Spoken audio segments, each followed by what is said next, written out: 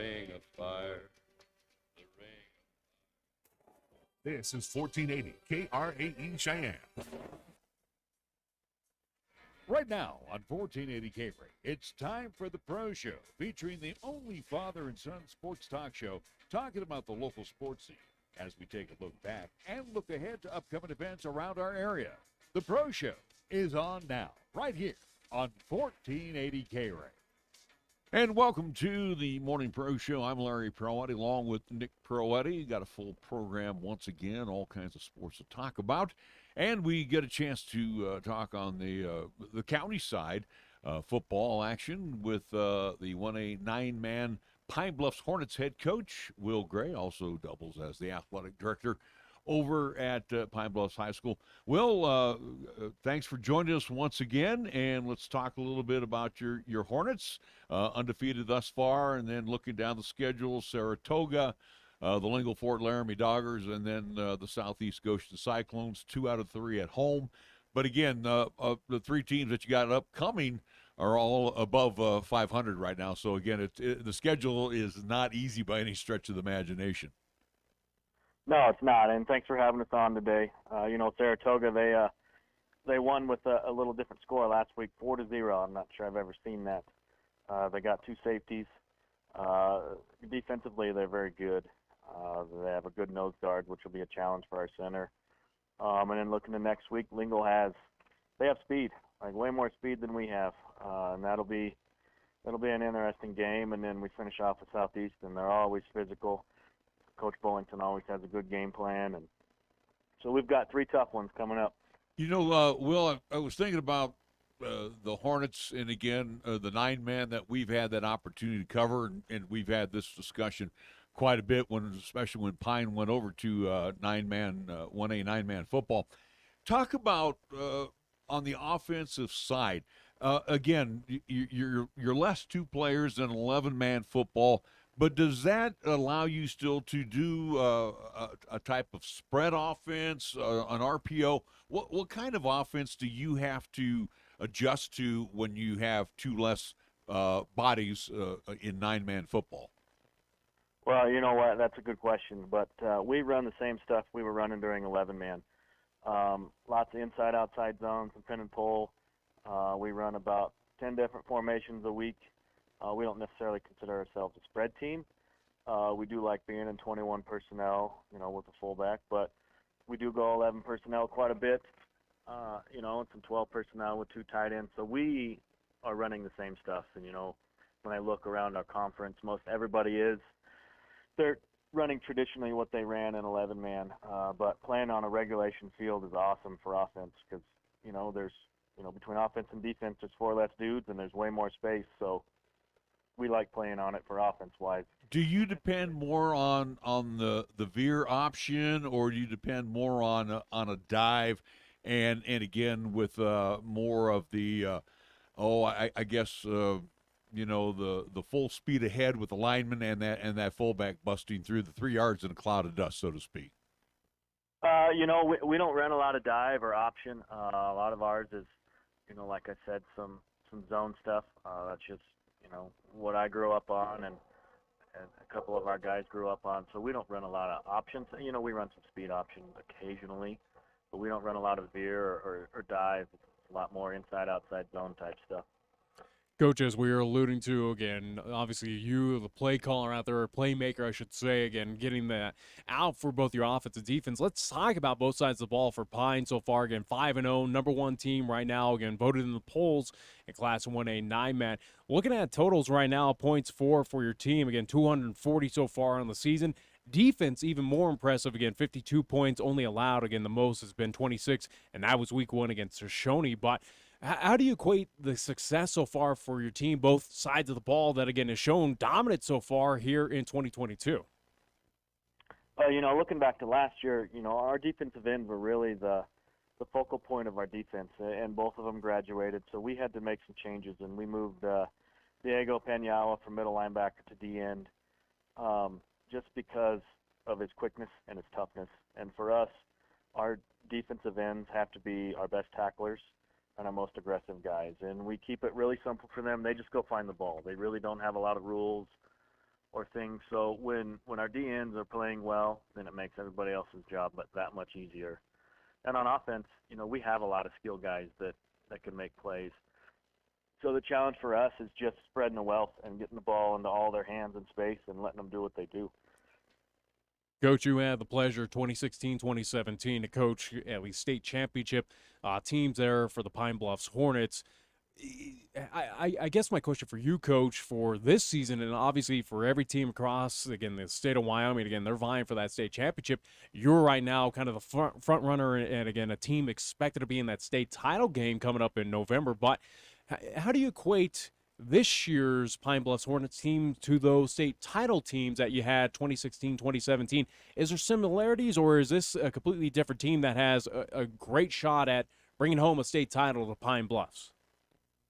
That's actually another good question. That's not something I typically think about, but when I go back and I think about 2016, we were better on offense than we were on defense. We gave up quite a few yards in 2016 that didn't necessarily equate to points for the other team, especially once we got rolling in the back half of the season. And in 2017, we were way more just a defensive team. Offensively, we were a little slower.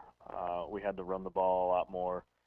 And then when I look at this year's group, it's kind of a mixture. We're not necessarily running the ball 40 times a game. We could if we had to, but we're just kind of running back by committee right now, and with some younger guys. So we're throwing it more than we probably should be. Last week we got 2 inches of rain during the game, and I think we threw the ball 25 times for. I think Stu had 315 yards or something, in the rain, and we're kind of a mixture of between 2016 and 2017 right now. I want to throw it on the west side right now, and again, you've had that opportunity against Grable and Shoshone, but let's talk about that Wind River bunch. They are pretty dynamic. Yeah, and they're big. They're a lot bigger than we are, and they're running the double wing, which in 9-man you don't see traditionally, but they're really good at kicking out defensive ends. So if we do have to face them, that'll be the biggest challenge, is our DNs versus their pulling guards. And who can set an edge, and defensively they tackle really, really well in space, which is big in 9-men because there is so much space. They tackle very, very well. Well, you knew what you had coming back, when you broke summer camp, and I've asked this of our local coaches as well. Here we are, we're heading into the home stretch of the regular season. Has this team met your expectations, or is there still room for improvement? Obviously, yeah, you want to win the next 3 and then get into the playoffs on a winning note. But I mean, is this team meeting those expectations weekly for you? It depends on the day. We've had a couple times which practice hasn't been real good, and we've had to remind them that we're at practice to get better, and for that, just that reminder of, okay, the radio talks about us, the paper talks about us, but we're not as good as we think we are, and we never will be. So you need to keep that in the back of your mind, that when you're tired or you're sore, you still have to push through it, because we're certainly not as good as we need to be.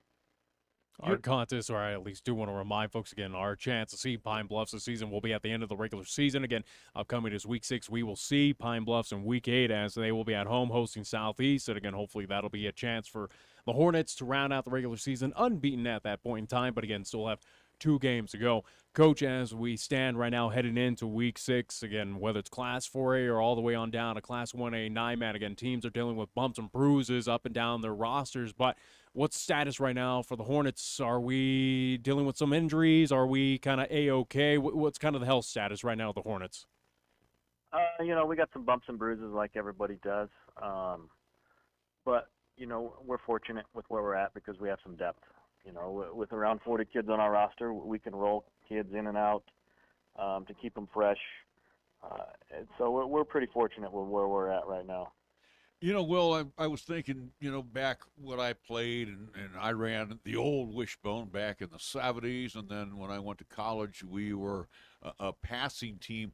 But I also remember in practice that every week we would always add a play to our playbook. Are you pretty much solid on the offensive side with plays, or do you always keep that one play in your back pocket for, you never know?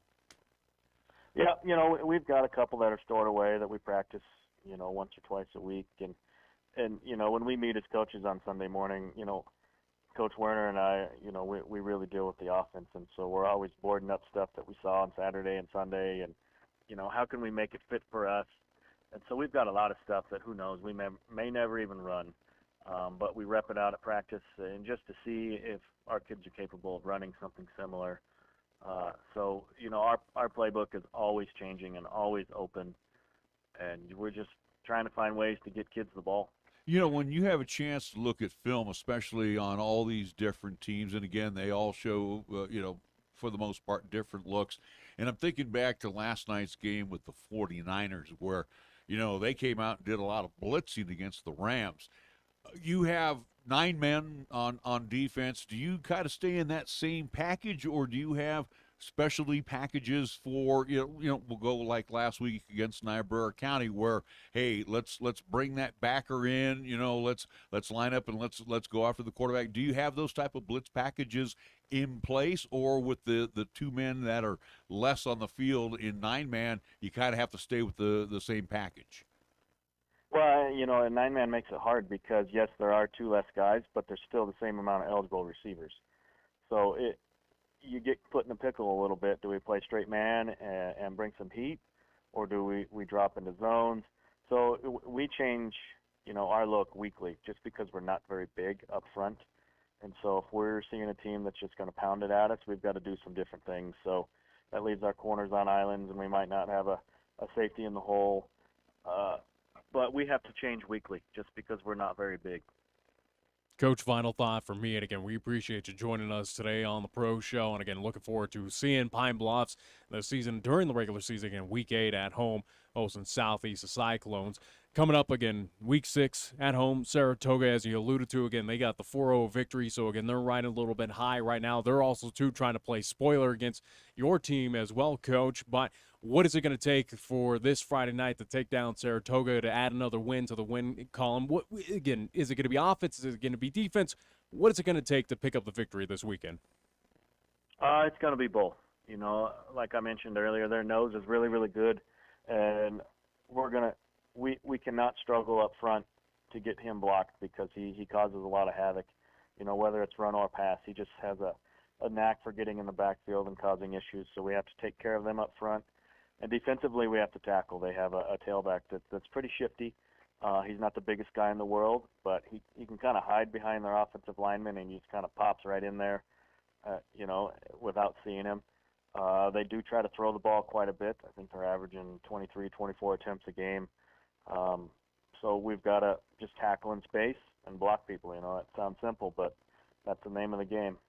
Final thought for me, and again, too, Will, we want to thank you so much. Appreciate it. Appreciate all the extra time that you always give us. Again, we've asked this from athletic directors to football coaches. Well, you get that opportunity to wear both hats. We're at that time of the school year where, hey, kids definitely need to be cracking on the books and, and midterms, all that other good stuff. So do you have that unique opportunity to always keep an eye on your football players and making sure that they're making the grade? Oh, yeah. So every one of our kids has to have a 70% in every class to play. And our list comes out Tuesday morning, and they can get off the list throughout the week. So that's what I spend a lot of my time on is double-checking, okay, so-and-so, on Tuesday you had a 63 in this class. Where are you at? What are your missing assignments? Do you need to redo anything? So I spend a lot of my time doing that and making sure that we are, above the line and doing things the right way. So basically, you're busy almost every day of the week, keeping the kids on track. On Friday, just to make sure there's no surprises on Monday. Hey, Friday must be a fun day for you more than Monday through Friday. All right. Hey, Will, we are looking so forward to catching up with you against the Cyclones coming up here in a couple of weeks, and we are looking forward to continued success and good luck against Saratoga. All right. Thanks for having us, boys. We appreciate it. All right. Will Gray, who is the football coach over at Pine Bluffs, the head man at the Hornets, and also the head man of the athletic department as well, joining us here in 1480 K-Ray. We've got another special guest who's going to be joining us in studio here after the break, Zach Shaver, who is the head volleyball coach at Laramie County Community College. We'll get to talk about volleyball, get to talk about, hey, they're not in the RAC, playing their games on a neutral site, which would be Story Gym. That's their home gym now, what I think for the next couple of seasons, right, Nick? I do believe so, at least until 2024, I do believe is kind of the time frame. But again, who knows if the new rack renovations will get done earlier or again before time. So we shall see. But yeah, again, we'll talk LCCC volleyball that right now is sitting above 500 overall.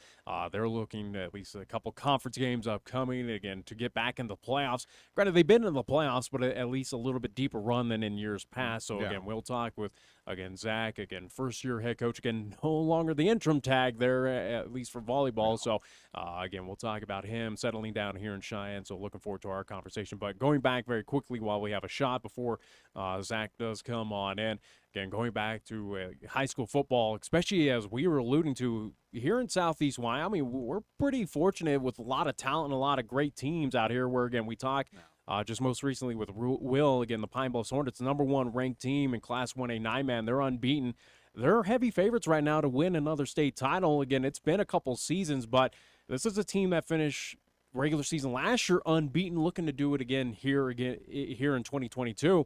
They're looking for a deeper playoff run. Again, we move up a classification. Let me stop you there at that 1A. Again, go to the West. Before we, hand the pinball crown, I'm telling this Wind River team is beating teams up right now. They are scoring at will. Same with Pine Bluff. So, again, 240 points so far on the offensive side. 52 have been allowed. Again, most have been against Shoshone, and that was week one. That was on the road as well, too. That was 26 points. Outside of that, it's been pretty much dominance for Pine Bluffs on the east side. So, again, it's going to set up an interesting matchup, possibly, between those two if they do meet up in the playoffs. Again, it's pretty much Pine Bluffs is playoff bound.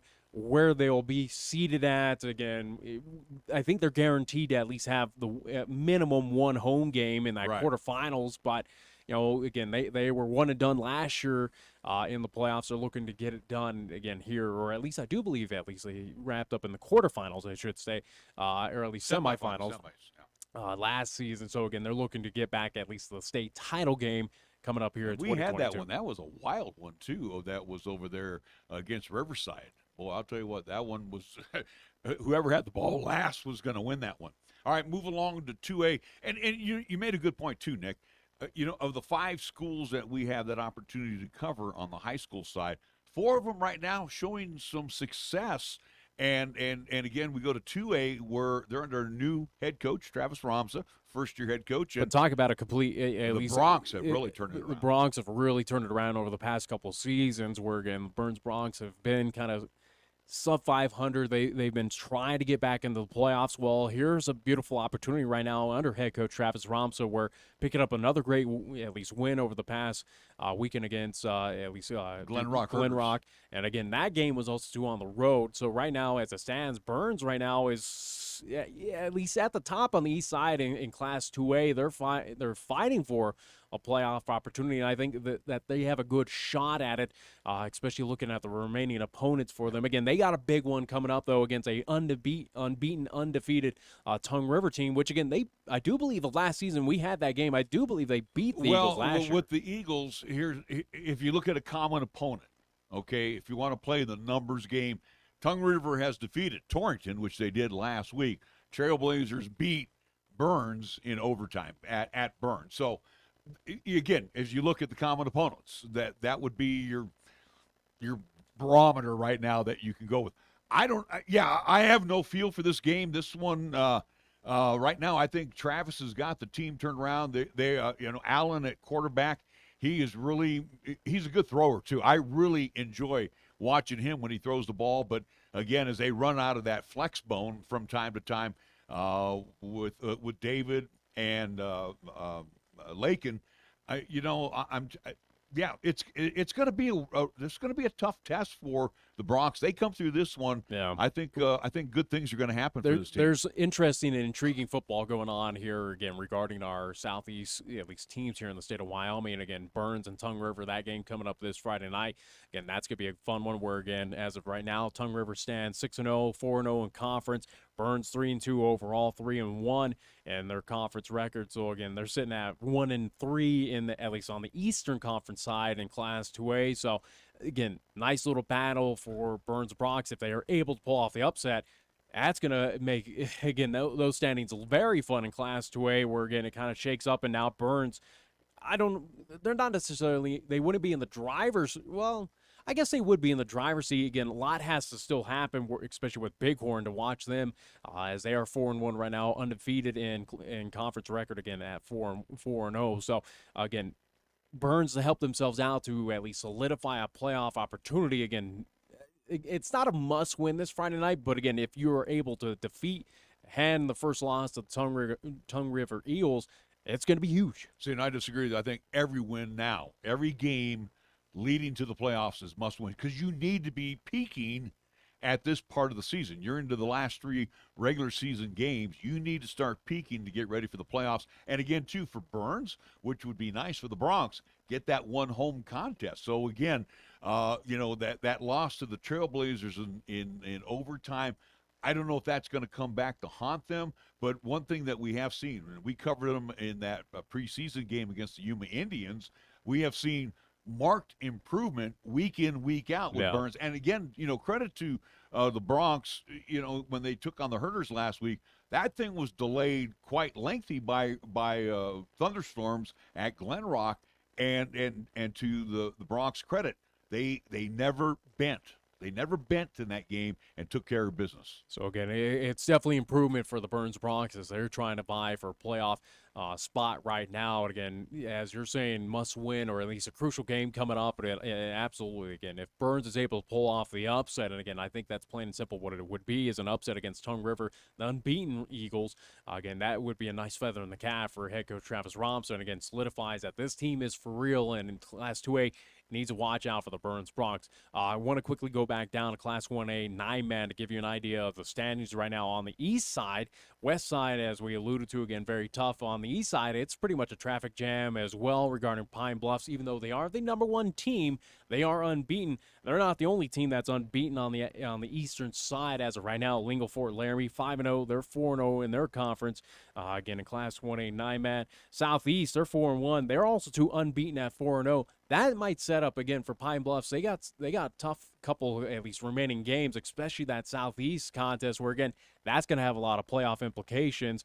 And, again, that's a couple weeks away, a game that we'll have here live on 1480K. We're looking forward to that one. But a nice little traffic jam at the top for a lot of talented teams in Class 1A 9-man. So, again, at least for Pine Bluffs, as much as I want to kind of scoot them to that state title game, it's definitely going to be a tough road ahead to at least get there, especially to end the regular season and get through those playoffs. When we had that I-80 series between Pine and Burns, years ago, and it's a shame that we can't play that again.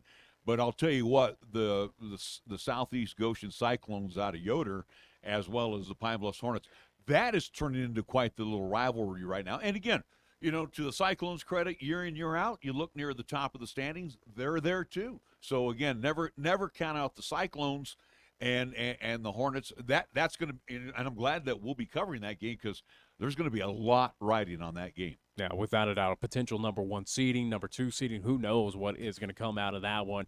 Again, it should be a thrilling, at least into the regular season for both Southeast and Pine Bluffs Hornets. We'll get into Class 4A. Again, we'll talk about our game of the weekend, East versus Central. It's here, and again, it has a lot on the line, as where early on in the season we didn't think it was going to have too much implication. Now it has a whole lot, where, again, for East and Central, it matters, where teams that are vying for that at least guaranteed one home playoff game. Again, this, especially for Central, it's such a huge contest in town that, again, either can't afford to lose, I think, plain and simple. But we'll get more into that. Again, Class 4A as well, to talk about Cheyenne South, talk about Laramie getting the win and what that means right now for the kind of bottom standings right now for those final teams trying to get into playoff spots. So we'll get into that, but I do believe our guest is here. Got a timeout coming up, and we will be right back. Zach Shaver, LCCC women's volleyball coach, coming up right after the break. You are listening to the Pro Show. I'm Larry Proietti, along with Nick Proietti, right here on 1480 K-Ray. At the Cheyenne Regional Cancer Center, we take a caring, comprehensive approach to cancer treatment and prevention. To best serve your needs, we provide chemotherapy, radiation oncology, and infusion treatments, as well as the quality care, resources, and support you need from one warm, welcoming location that's close to home. For more about our compassionate approach to cancer care and prevention, visit CheyenneRegional.org/cancer. Capital Lumber is number one in Cheyenne. Are you listening? We're all the lumber store you'll ever need. For electrical, plumbing, paint, and tools, lumber and hardware, we're for you. We're out to earn your business, yes indeed. Capital Lumber is number one today. Are you listening? Capital Lumber's at your service all the way. Remember, for all your lumber and hardware needs, stop at the family-owned and operated Capital Lumber Company at 1222 Dunn Avenue in Cheyenne. Hey Cheyenne, it's Lee at Absolute Flooring. Are you ready to get that new floor you've been waiting for? Wait no more. Mohawk's summer sale is here. Absolute Flooring has placed all types of flooring by Mohawk and other manufacturers on sale, just in time for you to get that new floor now. Low prices throughout the store, no interest financing, experienced fashion consultants. What are you waiting for? Beat feet down to Absolute Flooring in the Cheyenne Plaza and see us at AbsoluteFlooringWYO.com. It's always your home, your floor, your store, absolutely. Your locally owned and operated radio stations, KYOI FM and 1480 K-Ray AM, are just that, local, serving Cheyenne and Laramie County, where your advertising dollar stays local too. It doesn't end up in Colorado, Oklahoma, New Hampshire, or even New York. We conduct business here, we shop here, and we live here. And we support our entire community 24/7, 365. Just because it has a window dressing doesn't mean it isn't a facade. A reminder from KYOI and 1480 K-Ray.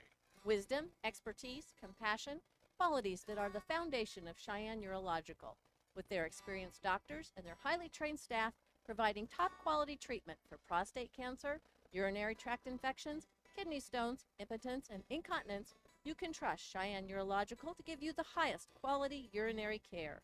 Now offering the latest in robotic surgery, call Cheyenne Urological at 635-4131. That's 635-4131. Sweetie, want some fruit? You have to use the right tool for the job. A power drill is the wrong tool to slice fruit. Just like an antibiotic is the wrong tool to treat viruses, including colds and flu. Antibiotics are only needed for certain bacterial infections. When they aren't needed, antibiotics won't help you, and the side effects could still hurt you. Ask your healthcare professional when an antibiotic is the right tool and when it's not. Visit cdc.gov/antibiotic-use. Here's the latest weather forecast on 1480 K-Ray. Well, the winds for today, mostly sunny. Expected daytime high near 63 with a slight chance of showers this afternoon. Mostly clear tonight, low down to 40. Sunny for tomorrow. We're calling for a daytime high near 65. A clear sky Wednesday night, low down to 39. And for Thursday, continued sunshine. Expect the daytime high near 65 degrees.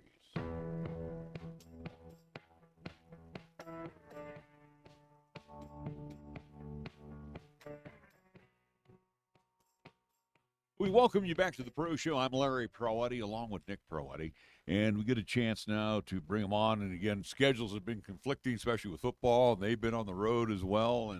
And we're finally glad to bring in Zach Shaver, who is the new head coach with the LCCC Lady Golden Eagles. And you know, he's not the interim. No, he is the official. I said coach, the new head coach. I did not use that word interim. But the bottom line is we haven't had a chance to catch up with him. So Zach, tell us a little bit about yourself. Introduce yourself to our audience. Well, it's a pleasure to be here. I really appreciate the coverage. First of all, my wife and I have been around the country a little bit with college volleyball. Started off in California. Ended up in Texas for 4 years, and then Pennsylvania for 7, and Arizona for 9, and now here in Cheyenne, Wyoming. And honestly, we wouldn't have made the move and the change at this point if it wasn't really a good opportunity with the program and the college, but even the town of Cheyenne. When I first came and interviewed and I talked to my wife after returning, I said, you're going to like the people there. Everybody's friendly. Everybody's helpful. Seems like a great place to live. So that's part of the big attraction. And then it was a good time with our 3 kids. Our daughter is a freshman going off to college this year. She's playing Division II volleyball at Quincy University in Illinois. And then our 2 sons, one of them's playing football in the freshman team at East High School, and the other one's a junior playing on the golf team. So it was good timing family-wise and just worked out for everybody. Was it a scenario, Coach, that LCCC, as again, we had the interim tag in there, at least the past season, we were looking for a new head coach to at least kind of get that official spot. Was it something that the athletic department here at LCCC kind of reached out to you? Did you find the volleyball opening? How'd that come to be that you are the new head coach here? I found the opening, honestly, and reached out right away when it was originally open. It was kind of open for an extended period of time with the changeover in the athletic director position. They wanted to obviously secure and finalize the hiring of that position so that person had a say in the next position. So it was actually open for quite a long period of time. I think when it was originally open, I want to say it was January or February, but applications didn't start being reviewed until I want to say March or April. But was definitely something that I was interested. I knew the history of LCCC.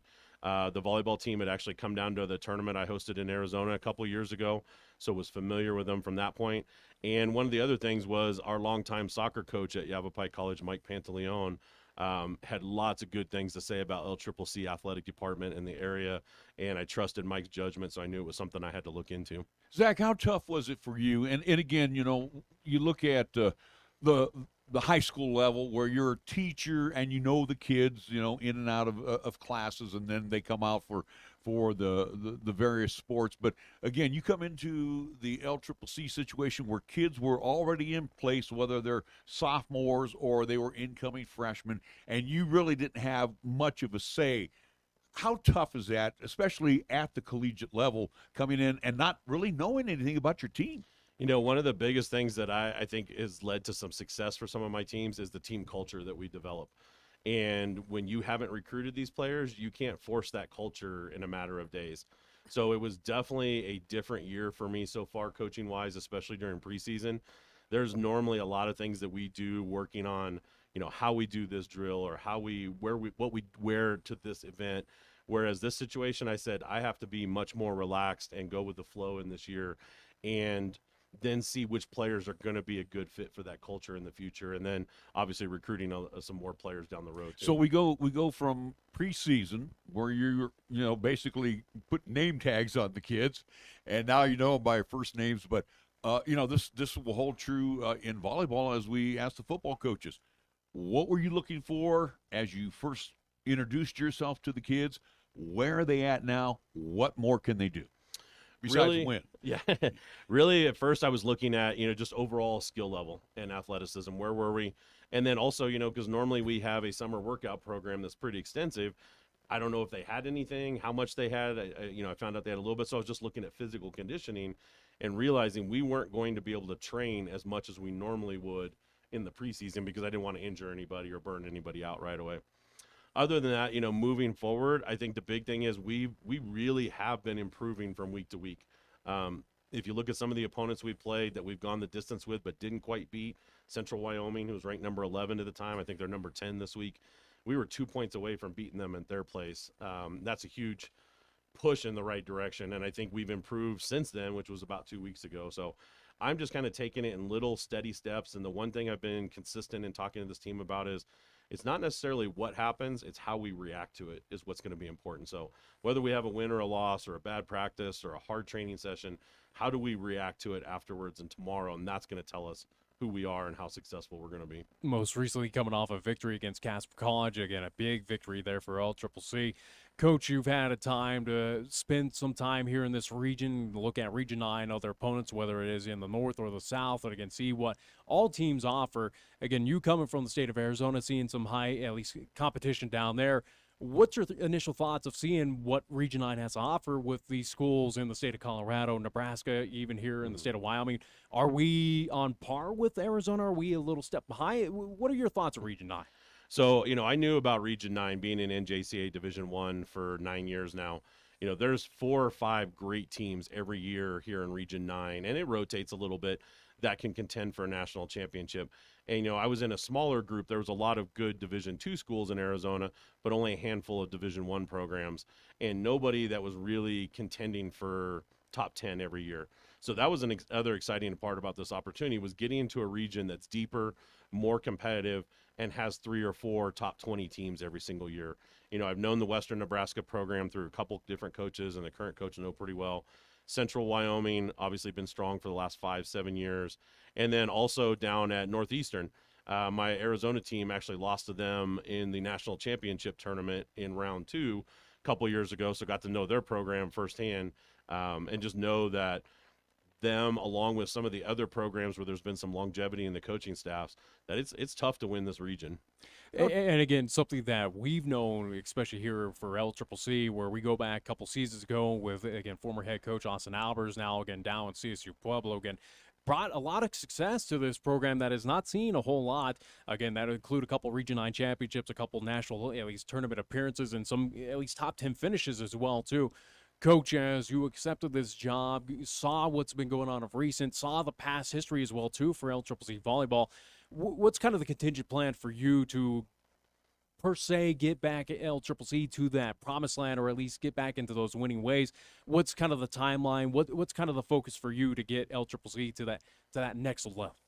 Honestly, Austin Albers was a big part of me taking this position. He was one of the first people I called. I knew him fairly well, and one of my players from Yavapai in Arizona is playing for him at Pueblo now, so he had recruited her from me. So we'd had quite a bit of communication, and we were at the same spring tournament this year down at University of New Mexico. He had all great things to say. Honestly said it sometimes he regrets leaving LCCC, that it was, definitely a gold mine if you know how to run it. And he and I formed teams in very similar ways. And so I think we're going to be recruiting similar to what he was doing 3 or 4 years ago. And I think if we follow that model and some of the other things that I've done at the junior college level, I think we're going to be right back there in the top 3 or 4 in the region. That's the expectation every year, is to be competing for that region championship. And the top 2 going to the national tournament every year is, a great thing that is not just one because of the depth in Region 9. So we're not going to start talking about national championship until we're there 2 or 3 years out of 4 or 5 consistently and putting ourselves in position. But if we're beating Western Nebraska, NJC, Central Wyoming, if we're beating them every other match, then we can start taking that next step towards national championship possibility. We're talking with Zach Shaver, who is the head coach of the LCCC Lady Golden Eagles volleyball program. Zach, obviously, I'm sure you've seen the drawings of what the new rack is going to be, and hopefully we have that opportunity like you to see that come to fruition. But until then, you are practicing, and again, a tip of the cap to Laramie County School District number 1 for allowing LCCC to do all their business over at Story Gymnasium. Again, surface a little harder at Story Gym. From my days remembering calling games there, which I'll be back there again this year. But, you look at the situation, you're never really the home team. You're on a neutral court. Do you still get that student participation? Do they want to come off campus? And those that go to LCCC, are they involved with the program and coming out to Story Gym to cheer on the Lady Golden Eagles? You're right. We do need to thank, the Cheyenne School District for allowing us to do that, because without them and without that facility to use, I don't know where we'd be or how we'd be doing right now. So that's definitely a big thank you that we've all need to keep saying. But I was very surprised. Our first home game back in August, the crowd was much larger than I expected. Not as many students at that point, because it was, I think, right before classes started. But this last homestand weekend that we just had, we had several students, quite a few other student athletes making the trip across town to campus. So it's something we're going to keep promoting. And I think next season, when we have a little more lead time to be able to do that with our sports information director, I think we're even going to do even better with the crowds there. But it may not feel like our home place, but because we practice there and we go there, almost every other day for practice, we're comfortable there. But yeah, once the rack is done, that's another reason that I took this position, was that's going to be a big recruiting tool and a sense of pride for our players and, for LCCC as a whole. So we're really looking forward to that down the road. Does this help your team, again, being on the road? I mean, let's be real honest, even though it's 10, 15 minutes over to Story Gymnasium, but as we look towards playoffs coming up here, in the future, does that kind of help your team be a little bit like road warriors? I actually hadn't thought about it that way, but now that you mention that, maybe that is part of the reason. Our team has never seemed uncomfortable on the road this year. From our very first match at McCook over in Nebraska, they've played just like they were at home. And so I think, yeah, maybe that has, getting on a bus and going 10, 15 minutes across town every day and going and using the locker room and then packing up all your laundry and your stuff and going back to campus right after practice. Maybe that has had a positive effect on us on the road. And, we've been just as successful on the road as we have at home. So I don't think it's a disadvantage for us in any way. Very quickly before we take at least our final time out here of hour number 1 of the Pro Show, but for you, Coach, again, we talk about the old rack. The issue was ceiling height. Again, that was the big issue. Again, we had to move the Region 9 tournament away because it was not meeting standards. Again, we saw many a time that ball goes up in the air and it's hitting that ceiling and causing a little interesting effect for both sides. Knocking down the other volleyballs. Yeah, without doubt. Again, for Story Gymnasium, again, an older facility, but something that your team is used to. Is there any issues that you've noticed that, again, is run into Story Gymnasium, whether it's locker rooms, lighting out there? What's kind of what you're seeing so far? The only issue we've had is the temperature. Being an older building without the air conditioning, during preseason, it was a boiler box. It was hot in there, but that, toughened us up a little bit. And when Western Nebraska came to town, the first thing they complained about was the temperature in there. And we said, we're used to it by now, so no big deal. And I think that has just taught our players that, don't sweat the little stuff, no pun intended there, but control what you can control, and that's your level of play, and block out some of those external factors and don't let those things distract you while you're playing. The old radiator heat there. Oh, we know that from the press box area. Coach, real quick, let's talk about the future. And now as you get an opportunity, and again, it sounds like you have a wide open line to the U.S., for example, of places that you could take a look at for recruiting. When does that window open, or are you currently in the recruiting process? Again, I would assume that's a 365-day pretty much job. Yeah, for Division I junior college, it is most of the year. We don't recruit as far out in advance as NCAA Division I or Division II schools do. But yes, I will say I'm probably a little bit behind in the recruiting process this year, but we're getting there. We have 3 or 4 official visits coming up in the next 2 weeks. Hopefully a couple of those will be offers and commitments that'll sign in early November, when our first signing date, November 1st. But I'm not worried about that, and I know we'll catch up here as soon as we get past the regular season and get into all the club tournaments, which is January, February, March, with all of the recruiting that we need to do. That's where we catch up on those. So we will be recruiting, mostly the Western United States. Players that are going to junior colleges tend to stay regional. You're not necessarily having players from Florida or Illinois looking at this far away from home if they're looking at a smaller school. But we've already had some interest from some international players, some Hawaiian players, some California players where I've recruited in the past. So we're excited about the possibilities. And I think because the campus, the residence halls, the facility that's going to be there, it's not going to be extremely difficult to recruit some really talented players to LCCC. Stick around. We're going to get ready to wrap up our conversation with Zach Shaver. We're going to take a timeout. We'll be back with more of the Pro Show right here on 1480 K-Ray. Treat your taste buds to a warm bagel and Mort's Bagels with your favorite cream cheese. Perfect for the office or perfect at home. Mort's Bagels are always made fresh and delicious daily. They are perfect for breakfast and lunch, too. Did I mention perfect? For 3 decades, Mort's has served us with amazing bagels and customer service. Ask about their specialty and seasonal selections, too. They even deliver. Mort's Bagels. Treat yourself today. 1815 Cary Avenue, downtown Cheyenne. Check out the huge savings this week at Town & Country Supermarket Liquors. Here are just a few of the terrific weekly specials. It's your one-stop to shop for these Super Radio buys heard only right here. Clear Springs Grain Alcohol, 190 proof, 1 liter bottle, $17.99. Natural Light or Natural Ice, 30-pack, 12-ounce cans, $20.99. And Fireball Cinnamon Whiskey, 1.75 liter bottle, $24.99. Town & Country Supermarket Liquors on the South Greeley Highway, Cheyenne's low price leader. We are the key to your cleaning success. The Key People that provides affordable office and professional cleaning services for over 40 years with exceptional customer care. All of our contractors have background checks and are licensed and bonded. We guarantee you a safe and secure service that is tailored to your individual and business needs.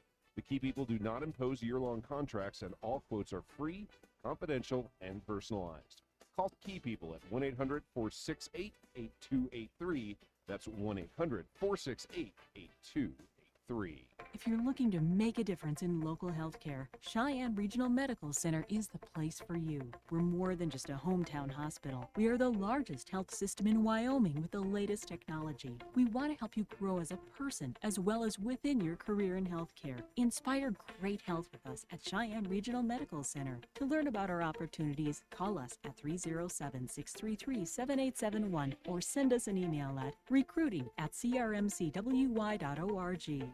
For almost 60 years, 1480 K-Ray has been Cheyenne's home for good times and great oldies. Add to that live play-by-play sports featuring high school football and basketball, along with LCCC men's and women's basketball. Now combo that with KYOY FM and you have Cheyenne and the area's only locally owned AM and FM radio stations. But we don't stop there. We also have 2 FM translators which serve the area with programming from both K-Ray and KYOY. And that equals a lot of bang for your advertising dollar. Radio yesterday and now today, along with our websites, web streams, and digital ventures makes us your one-stop shop. For more information, please call Larry Proietti at 307-637-0301.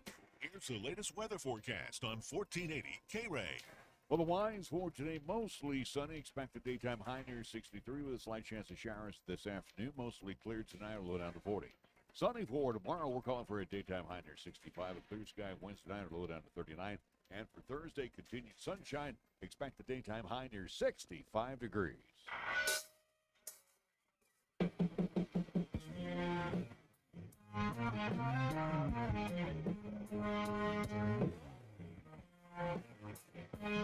We welcome you back to the Pro Show. Larry Proietti along with Nick Proietti, and Zach Shaver joins us once again. You know, Coach, when we were talking off mic before we brought you on, talking about where you were lacking, depth-wise. And again, you look at your setters and your servers and, your defensive players. Right now, where do you – I think you said to us you were lacking in the middle. Explain to us what that means, you're lacking in the middle. And, again, I'm one who watches a lot of volleyball. Matter of fact, been watching a lot of Pac-12 as of late. So, again, I know exactly what you're talking about. But to our listeners, what does that middle mean? So the middle blockers are typically your tallest players. Not always, but typically – they have to really be athletic as far as because they're blocking every ball that's attacked across the net and having to transition and usually hit a quicker tempo set, which means they have to be faster than anybody else, even though they might be 6'2", 6'3". We were a little bit shorthanded in that position this year, but we've had a couple players that are doing a really solid job. One of them will probably move to the right side for us next year as a sophomore. I think she'll be even stronger there. And so that's our first recruiting priority. But if you talk to any college volleyball coach at any level, the first thing they're going to say they need is more middles. That's middle blockers is at a premium. Basically the same as bigs as the 5 position in basketball. Can never have too many of those players on your team. So, let's ask you this question, and I'm glad that you mentioned bigs because, again, in addition to recruiting now, you're in competition with basketball. And it's unfortunate now in high school because, we're seeing, young men, young women committed as sophomores, again, not signing on the dotted line, but saying, hey, this is where I want to go. But you got to be in a lot of competition with the basketballers. Very rare that you see women or men doing 2 sports anymore, especially at the collegiate level. Yeah, at the collegiate level, it's really tough, especially those seasons that are back-to-back. Occasionally you'll see a volleyball player and a track athlete because those can go well together. Maybe softball. My wife is actually a dual sport athlete at junior college playing volleyball and basketball, and I haven't really seen it since. Once in a while at Division I level, you'll have just that freak athlete that can just do both. But because it's different training, volleyball is more speed and jumping. Basketball is more endurance and cardio up and down the floor consistently and lower body strength. So definitely different training. I think, though, because of in the state of Wyoming, the smaller schools, there are a lot more athletes that are doing both. And so it is a little bit tougher in recruiting to figure out where do they want to go at the collegiate level. Is it volleyball? Is it basketball on the women's side? And so, yeah, that's definitely a challenge. Whereas when you look at some bigger schools in other states, they've already given up one sport when they were 10, 12, 13 years old, and they're down that path that they want to go towards for college. Recruiting will come in time for you, Coach. And again, right now, focus on the regular season, which is still ongoing. A couple of games on the road and at home still left on a 2-game winning streak against Casper College and at home against Western Wyoming. You sit right now overall 11-9. Happy with that mark? Expected that mark, or is there areas to improve for the remainder, at least, of the regular season for LCCC? I mean, there's definitely always areas to improve, but honestly, when I was handed the roster and the schedule, I didn't think we were going to be at 11-9 at this point. I thought we might be on the flip side of that, maybe 9-11, maybe hopefully 10-10. So I think our players have done a great job, especially there's days in practice with maybe an injury or an illness where we've only got 8 to 10 players in practice, and volleyball typically to be practicing, you want to go 6-on-6 as much as you can. So I think our players and coaching staff have really learned how to handle it and just deal with this adversity of this year. And we've just said, hey, this is not a typical year. Our goal right now, is to qualify for the region tournament. And the secondary goal is to not qualify in the 4th spot. We'd really like to be up in 2nd or 3rd spot. And we're tied for 3rd right now with Eastern Wyoming, who we go to on Friday. So we're excited about the possibility to lock up that not lock up, but move in to secure that 3rd spot and give ourselves a chance at Northwest coming up in a little bit for maybe the 2nd spot.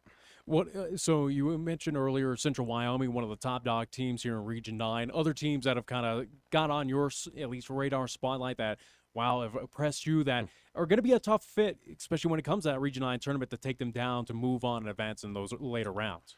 Yeah, in the north, I think Northwest is definitely could be as good as Central Wyoming. They have the athletes. They just haven't quite put it together against the better opponents, but they really played extremely well against us when we were up there a couple weeks ago.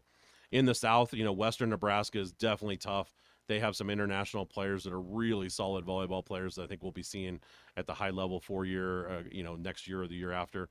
And then Northeastern's always kind of a wild card a little bit as far as they've had some really good wins, and then they've had some unexpected losses. So they're definitely not a team that I want to see in the first round, but if things go according to plan, that might be our first round matchup in the Region 9 tournament. Zach, let me ask you this question too, and again, with our ties to basketball, and we've been fortunate to see a lot of the young men and some of the young ladies move on to that next level of college, and this is what obviously we like to do with our volleyball program. Do the D1s, for example, are they okay with the transfer type student, or do they want them in as freshmen? Or for these ladies that are sophomores now, are they available for the D2 programs? Tell us a little bit of how that goes, because I'm sure you got that pipeline as well. Yeah, one of the things I was really proud of in Arizona was in 9 years, we only had one school that we had multiple players go to. We had a large number of players go to all different schools all over the country. A good handful of Division I programs, good, solid, really good Division II programs, a lot of them, a few NAIA programs. But I think nowadays the recruiting landscape has changed drastically in the last 2 years with the transfer portal. Coaches who were very against transfer players in the past know that it's just part of life now. And so I think a lot of them would rather go get a junior college player who's been playing, who was there for a good reason, not necessarily somebody who's in the transfer portal who just doesn't like where they are and wants to change. So there's always a place for our players if they're willing to, look a little bit and dig. And we're a big part of that with the coaching staff and helping them. So that is our goal. And as I recruit players, that's one of the first things I talk to them and their families about is this program is not going to be a great fit for you if you just want to play 2 years and be done. We're looking for players who want to be in a 4-year program, and this is just the better fit right now for them. 20 games into the season already, Coach. Again, a few remaining on the regular season and then postseason, hopefully a deep run for LCCC. Teams have got their bumps and bruises up and down, again, throughout Region 9, but where we stand right now for LCCC, have we avoided some of the big injuries? Where we are health-wise with the team? Pretty much like a typical season. We've had some, we had one surgery, somebody who'll be back next year. We've had an ankle sprain here or there, strep throat, those kind of things. So we're not 100% healthy, but nobody really is at this time of year. So I'd say we're pretty much on par with where I expected to be. compliments to a couple of our players. We were missing somebody out of the starting lineup on Saturday against Western Wyoming due to an ankle sprain. And next person in stepped up and filled that setter role, Mackenzie Earl. And then a couple other players jumped into her spot as a right side hitter. And we got the job done in 3 against Western. So I was really happy with our players for not panicking when something like that happened. Well, Zach, we wish you all the best. We thank you so much. Nice to have met you finally. And again, continued success at LCCC, and looking forward to not just the rest of the season, but that and beyond. So, again, congratulations to you on being named the head coach of the LCCC Lady Golden Eagles volleyball program. We're going to take another time out. We will come back. We got more of the Pro Show coming up right here on 1480 K-Ray. This is 1480 KRAE Cheyenne. Also being heard on translator K266CC Cheyenne at 101.1 FM. 1480 K-Ray is your home for live play-by-play coverage of high school basketball and football. To hear all the play-by-play calls of East, Central, and South football and basketball. You'll hear the conference action along with the postseason, and during the basketball season, 1480 K-Ray features both boys and girls games. Catch all the exciting calls on AM 1480 K-Ray, also streaming the games worldwide on the web at 1480kray.com. For over 30 years and still delivering the results you expect is Cheyenne Auto Repair and Service.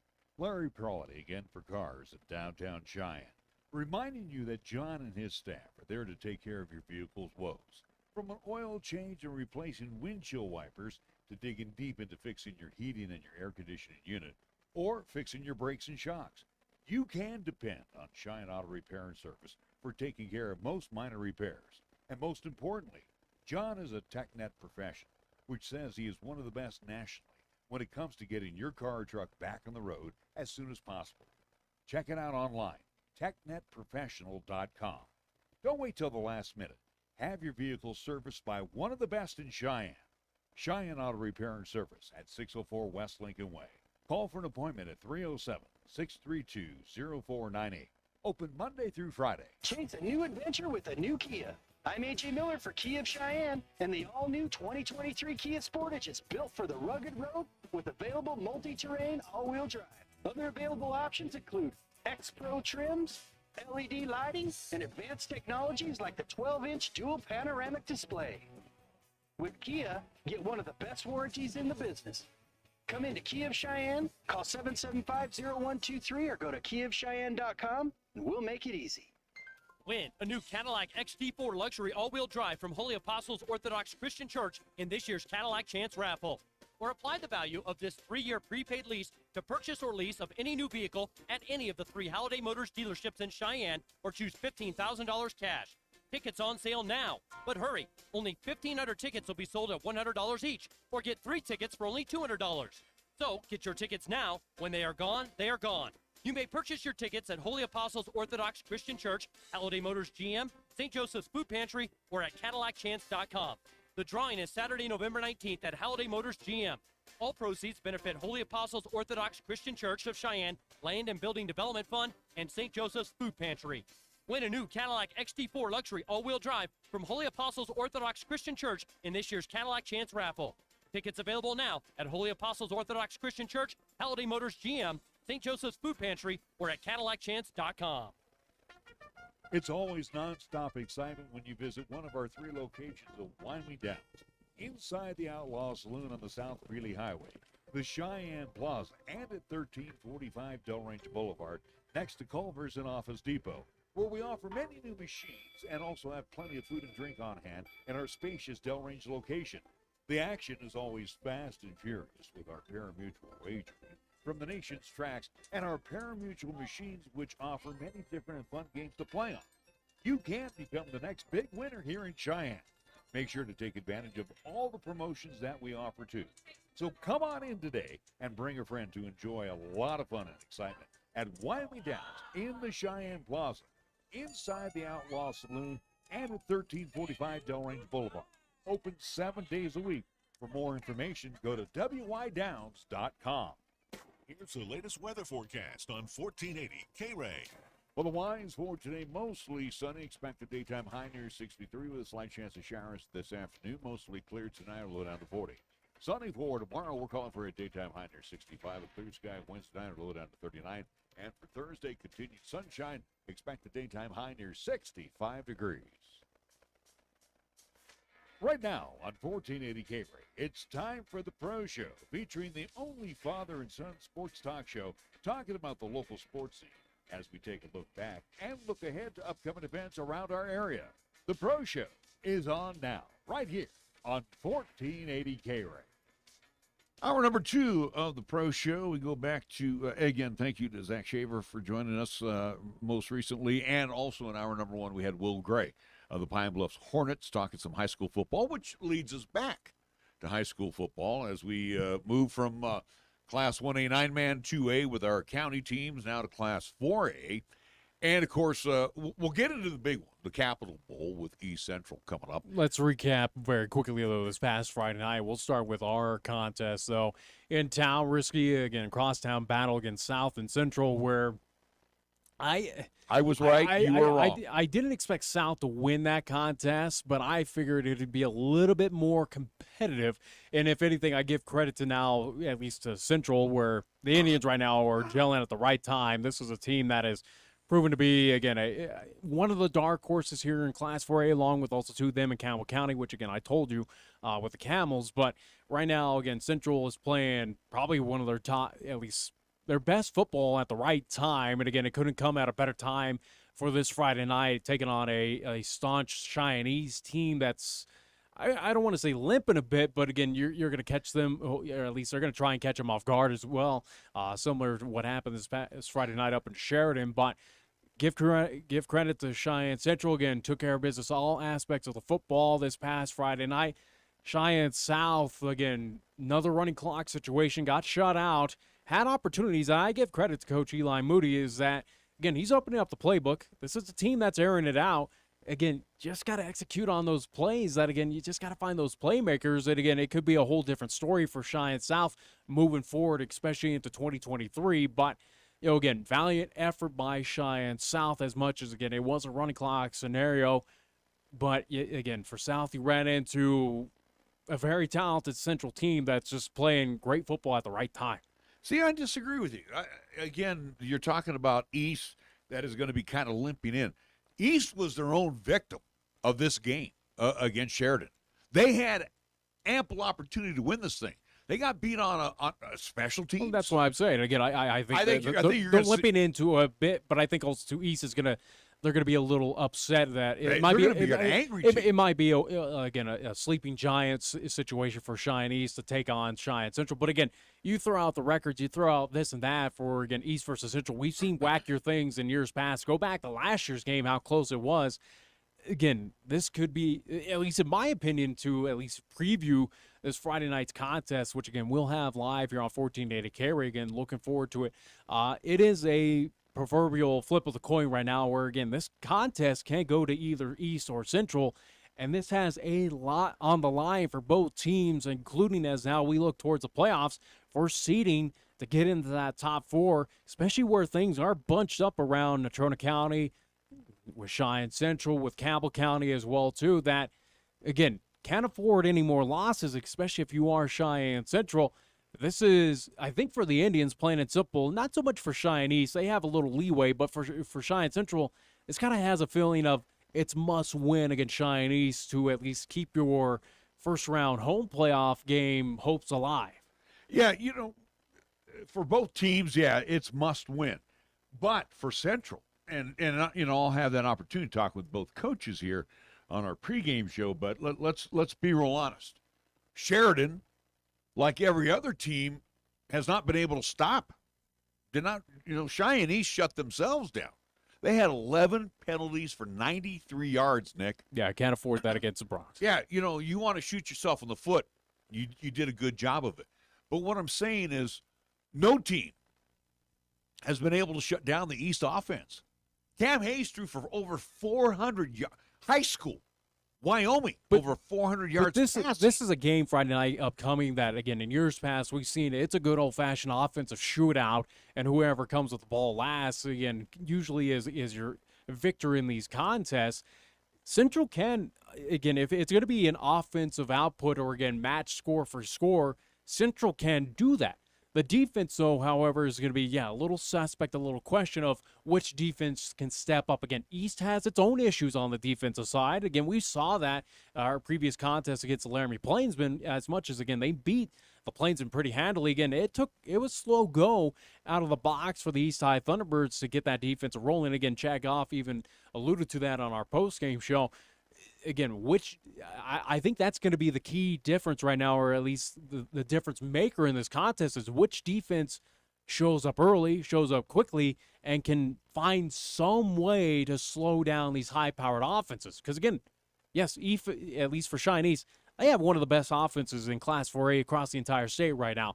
But Central's starting to feel that rhythm on the offense as well, too. You're starting to see some of those pieces gel together with Keegan Bartlett. That offense can be quick strike as well. Well, the problem that Central has, in my opinion, on the offensive side, they got a weak ground game. Yeah, they have no run game. And if you don't have a running game, then you're kind of toast, especially at the 4A level. Your run game right now, it seems, is your Achilles heel. Well, and again, your run game right now is solely with Keegan Bartlett. I think he's the guy that can certainly get it done. Again, he is that mobile quarterback to an extent, so he's going to be a big difference maker coming up in this contest. Again, this game at Okie Blanchard as well, too, similar for whatever reason. Again, they did it back-to-back years where, again, the crosstown battles are at the same sites as last year. So, again, surprised we didn't have the reversal, that this game is not at risky, but instead it's still back at Okie Blanchard Sports Complex. But either way, again, if this is going to be an offensive shootout, again, the big difference is which defense shows up early and often and can get a big stop. Again, kind of a goal line stop that we've seen out of both squads before. So that's going to be the key difference. But again, if it's offense that you're worried about for the Indian side, I wouldn't, especially after what we saw this Friday night against Cheyenne South. As much as, again, the past couple of contests for at least for Cheyenne Central, have come against Laramie, have come against Cheyenne South. So how much you read into that, again, probably with a grain of salt. But again, that offense, these offenses, as much as I thought for Cheyenne Central, I didn't think they were going to put a running clock scenario on the Fighting Bison. They did, and that kind of gives me a little bit more confidence that if it's going to be a shootout, Central can match with East. Do I think Central puts points on the board? Yeah, and I'm not going to say who's going to win the game, but what I'm going to say is this. Let's look at the offenses right now. Offensively, Cam Hayes and Drew Jackson is back, and they also have a very capable backup. You look behind Keegan Bartlett, you got Zaka King, and you got Mason Counter. And again, you're looking at, okay, run game right away goes to Cheyenne East. And then you look at the receiving cores with Schlabs and Casas and Marich. And then you look over at Central, and you've got, and again, I think he did a great job, the Talich kid, when he came Reisdorfer, in. And Ethan Reisdorfer, were, especially with Talich getting open in the seam. Now, that's where I think East is going to be vulnerable, especially with the backers, coming up. And again, I think Cam Hayes runs a good RPO. Yeah. So I believe right now, again, if I'm going to be looking at things on paper, offensively, I give it to East right now. Central has to establish the run. I don't know if they. I don't know if they can against East. I think they can against Cheyenne East, just due to the fact that, again, this East High Thunderbirds defense has had a tough time wrapping up tackles. Again, how many times we saw that in that Laramie contest, that Cheyenne East, again, just was allowing just extra yardage, and again, Laramie, if they executed on a couple plays, again, they would have had a few more scores on that board, just due to the fact that, again, they were burning some defenders for Cheyenne East. So again, this is going to be, again, I'm anticipating this Friday night, this is going to be a high offensive power. Shootout, this is going to be a high-scoring contest. Again, a lot is on the line. Cheyenne East coming into the game 5-1 overall, again, with the recent loss on the road against Sheridan. Central 4-2. So, again, a lot is on the line, especially for Cheyenne Central, who sits right now at the middle of the pack, as, again, they are 4-2 along with Campbell County. Natrona County 5-1 as well, along with Cheyenne East, and right behind them is Thunder Basin at 3-3, and that's pretty much it. Again, it's pretty much a dogfight to get in that final 3-4 spot, potentially, if not that final at least 4 spot, which is all you need for at least a guaranteed one home and an contest. Interesting note, week 0, Central lost by 3 to Sheridan. And on the road to Sheridan. And against East loses, by 3 to Sheridan? But again, at least the scores were a heck of a lot different. Again, more offense this past Friday night against East and Sheridan compared to, again, the defensive battle it was in week 0 between Central and Sheridan. And, you know, the interesting thing about Cheyenne East loss, and again, with the penalties and the breakdown on the special teams, they couldn't stop the run. Again, this was kind of amazing on the stat side. Sheridan, especially with Colson Kuhn, and the kid is good. The number 5 kid is really, really good. We saw him last year, and I hope we get to see that team again in the playoffs. But they did all their damage on the ground. Let's look back at those Sheridan teams that we've seen in the past, Nick. They like to throw the football. Yeah. They hardly put the ball up in the air against the East Thunderbirds. So, again, let's go back and look at Cheyenne Central. If they are going to be competitive with Cheyenne East, because they're going to probably have to match score for score. Yeah. Let's be real honest on that. They're going to have to get that ground game going quickly. They got a veteran offensive line, Central does. Keegan Bartlett, he's a big kid. He's got that Wyatt Powell out of Casper Natrona look. So, again, Central will probably be similar to Sheridan on the runs. I'm sure, Mike Apodaca looking at those Sheridan films, seeing what was very special. I would say on the defensive side for Cheyenne East, they're going to have to watch out for the counters. No. They're going to have to watch out for those sweeps. They're going to have to string those things out.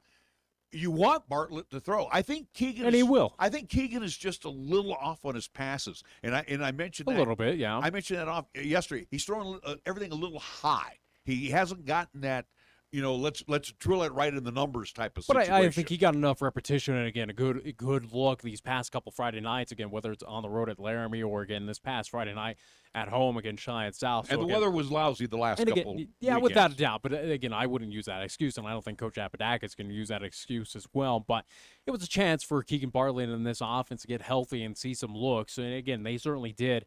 Again, there was plenty of points put on that board by the Central Iowa Indians. But, again, this Friday night's contest, I think this game is more important, in my opinion, to the Cheyenne Central Indians, just for momentum for them to at least solidify a playoff spot. Where, again, you look at the remaining schedules, looking for Cheyenne East. Again, if East is to lose this contest, guess what? They turn around, they're on the road against Cheyenne South.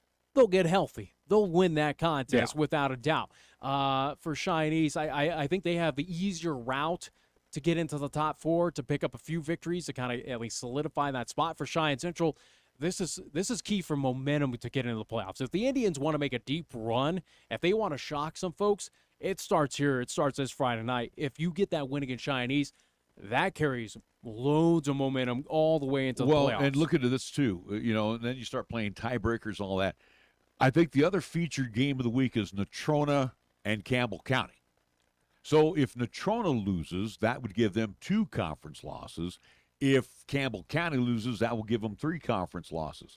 So who are we going to be pulling for right now? Well, you definitely want to pull for Campbell County to lose. Who can definitely win that game. I know, and it's at Campbell County, so the Camels probably have the most pressure. But if they do lose, that's a good thing for Cheyenne Central, because Natrona holds the tiebreaker over Cheyenne Central. If Central is to win, the tiebreakers get a little muddy as well too, as we saw last year again, where again it was down to a flip of a coin to determine seeding, which again is just an absolute just ridiculous way to approach seeding for playoffs for again a high school season. But either way, again, that's a feature matchup. Again, that has a lot of playoff implication as well too. But I'm just saying, if Central wins, Nick, and they defeat East, then they'll hold the tiebreaker over the Thunderbirds, but they'll be in the top 4 if Natrona could beat Campbell County.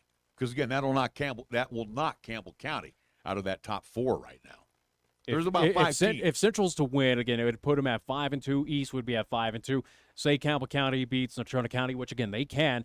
That would make those 2 teams as well sitting at 5-2 overall. So again, it makes it all a mess. It makes it a mess where again one good team is going to be in that 5 spot, having to play on the road against one of those top 4. So again, it makes it interesting. Thunder Basin right now sits at 3-3. They're playoff bound, but again, are they going to vie for a top 4 spot? No. And this is also too something I go back when I said post week 0, again, their victory over Cheyenne South, and we saw that Bolts team. This is not surprising out of Thunder Basin. I told you they were not for real, that this team has a lot of issues, that they're taking a step back of what we're used to out of Thunder Basin. Clearly are showing it. Thunder Basin is not that Bolts team that we're accustomed to of being. Yeah, they're mortal this year. Yeah, again, being one of those teams that you would put in a discussion of a state title or at least in a state championship run.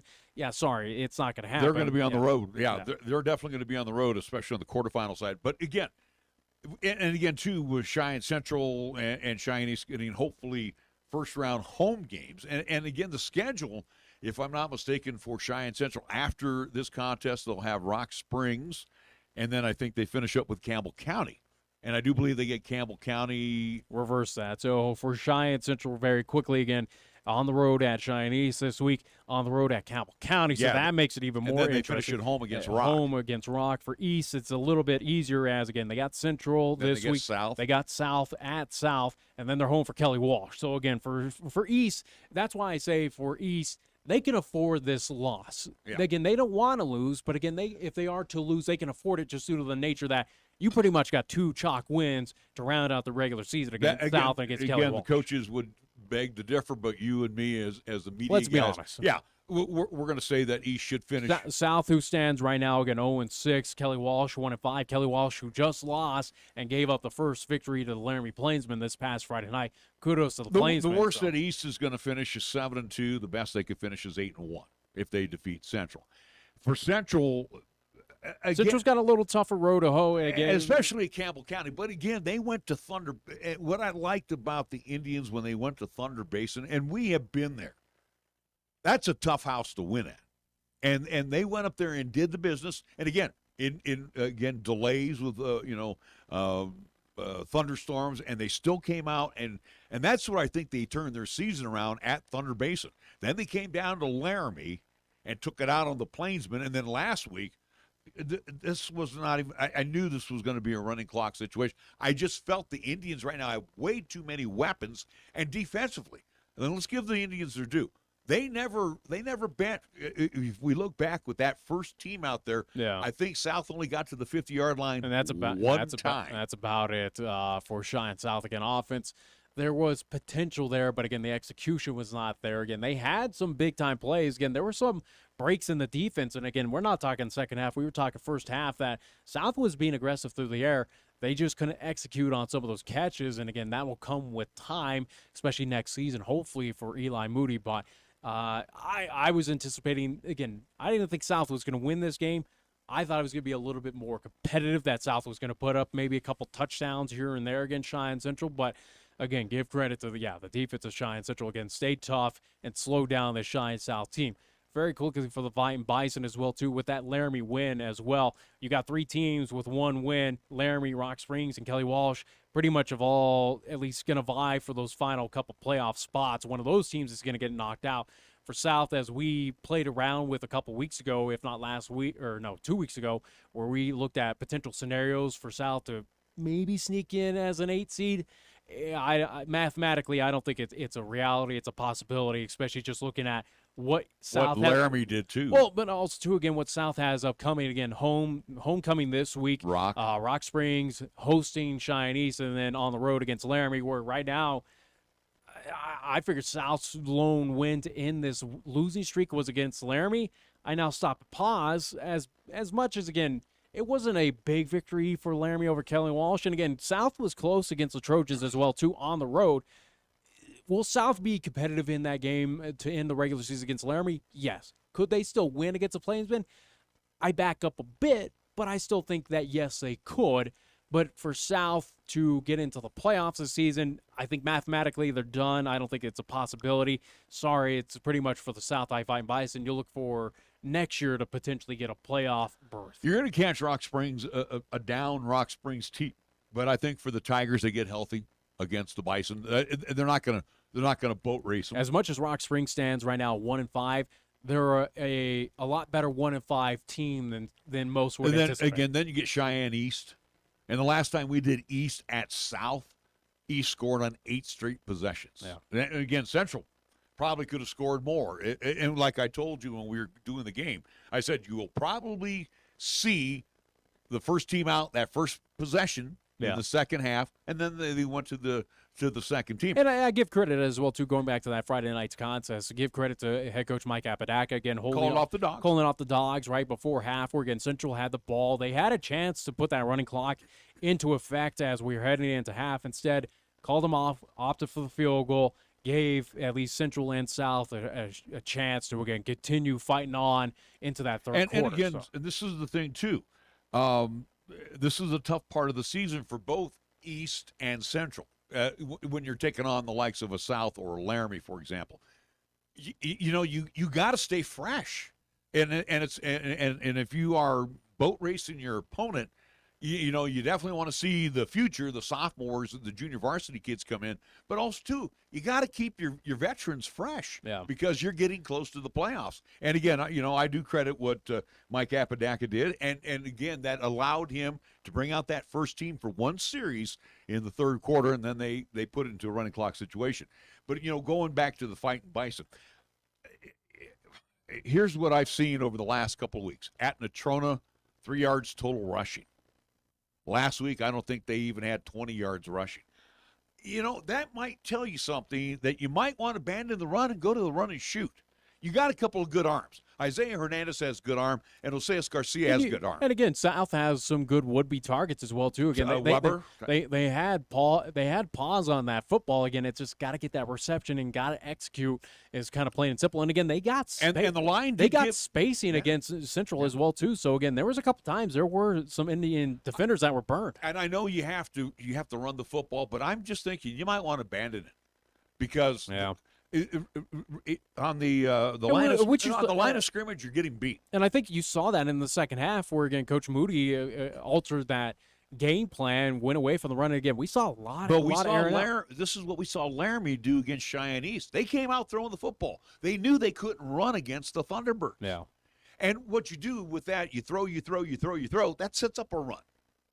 So that's what I'm thinking with Coach Moody. Go to a run and shoot type of situation. Put the ball in the air. Because again, in a run and shoot, you're rolling your quarterback out of the pocket. Yeah. And again, that gives him that extra second to survey the field. And then if he wants to tuck and run, go ahead. But the thing is, I think you're going to have to abandon the run, because teams right now, whether you run an offset eye or an offset wishbone, you're just not beating them up front. Yeah, especially just with the size disadvantage that Cheyenne South has. Again, numbers clearly, again, at disadvantage compared to the rest of Class 4A. Again, they match up probably on the numbers and size-wise well with Laramie. And again, be interested to see how the end of the regular season wraps up between those two. Again, Cheyenne South on a 30-plus game losing streak, again, dating back to 2019, looking to end it here in 2022. Can they against the Plainsmen? I think so. I still, there's hope, there's belief that they can. And again, that would be a good confidence and momentum to build into 2023 to say, hey, here we go. We got off the schneid. Don't have to worry about the stupid losing streak anymore. We move into bigger and better things coming up next season. So, but again, for this season for Cheyenne South, you are starting to see that fatigue, the numbers, injuries, they're starting to catch up to the Cheyenne South, especially with the back-to-back running clock situations that they've run into. Which again, they might. I don't. For this Friday night's game for Cheyenne South against Rock Springs, again, Tigers should win this game. But you get healthy, yeah. I think they get healthy-ish. And again, do the Tigers put a running clock against South? No, I don't think so. I don't think so. East, yes. I think East, yeah, that's a guarantee that, again, they will have a running clock situation against Cheyenne South. And again, have a pretty good competitive contest in and out the regular season. And Laramie is not awful. Laramie's a gritty bunch. They're gritty, but the thing is, do I think they have a little more talent than Cheyenne South? Yeah. Yeah. And it's at Laramie. Yeah. That's going to make it even more difficult. So for I Cheyenne think, South, it doesn't look good for South. Going back to East Central, you look at the East schedule is pretty much can of corn for them. It's chalk, yeah. Yeah, for the rest after Central. This is the only question mark right now for Cheyenne East is, again, this contest, which again I believe purely that it is a flip of the coin. Any team can win right now. But outside of that, South, Kelly Walsh, yeah, chalk it up 2 victories automatically for Cheyenne South. Again, worst they can do right now is wrap up, 7-2? Best they can do, 8-1. Yeah, East. So that's kind of the scenario right now for Cheyenne East. So Yeah, and they're pretty much in the drive. They control their destiny right now to at least get a guaranteed 1 home game in the playoff, at least a high seed as of right now. And again, I also too want to go back very quickly to this past Friday night between Sheridan and East. Again, this game at Sheridan, very close contest as well too. Again, only 3-point deficit for Cheyenne East in that loss to the Bronx. I guess the best way to phrase this is Sheridan the best team in Class 4A right now? No. I think Cheyenne East still is that number 1 team in Class 4A. And again, you proved it as well, too. And again, you've mentioned it many times, the penalties. They were their own worst enemy this past Friday night. If they cleaned up at least that aspect of the game, East should have won that contest. Here's what I see in the upcoming playoff scenario. And again, going back to Central before we get to the upcoming playoff scenario. Central has this opportunity. They could either finish at worst 5-4, 6-3, or 7-2. They could win out if they they can beat East. I would chalk guaranteed right now home against Rock Springs. They should win that game. Campbell County on the road, that's going to be really tough. I like Central. I think Central has each week what Central showed me what more. Central needs, and again, I think that's why it means more in this contest for Central than East.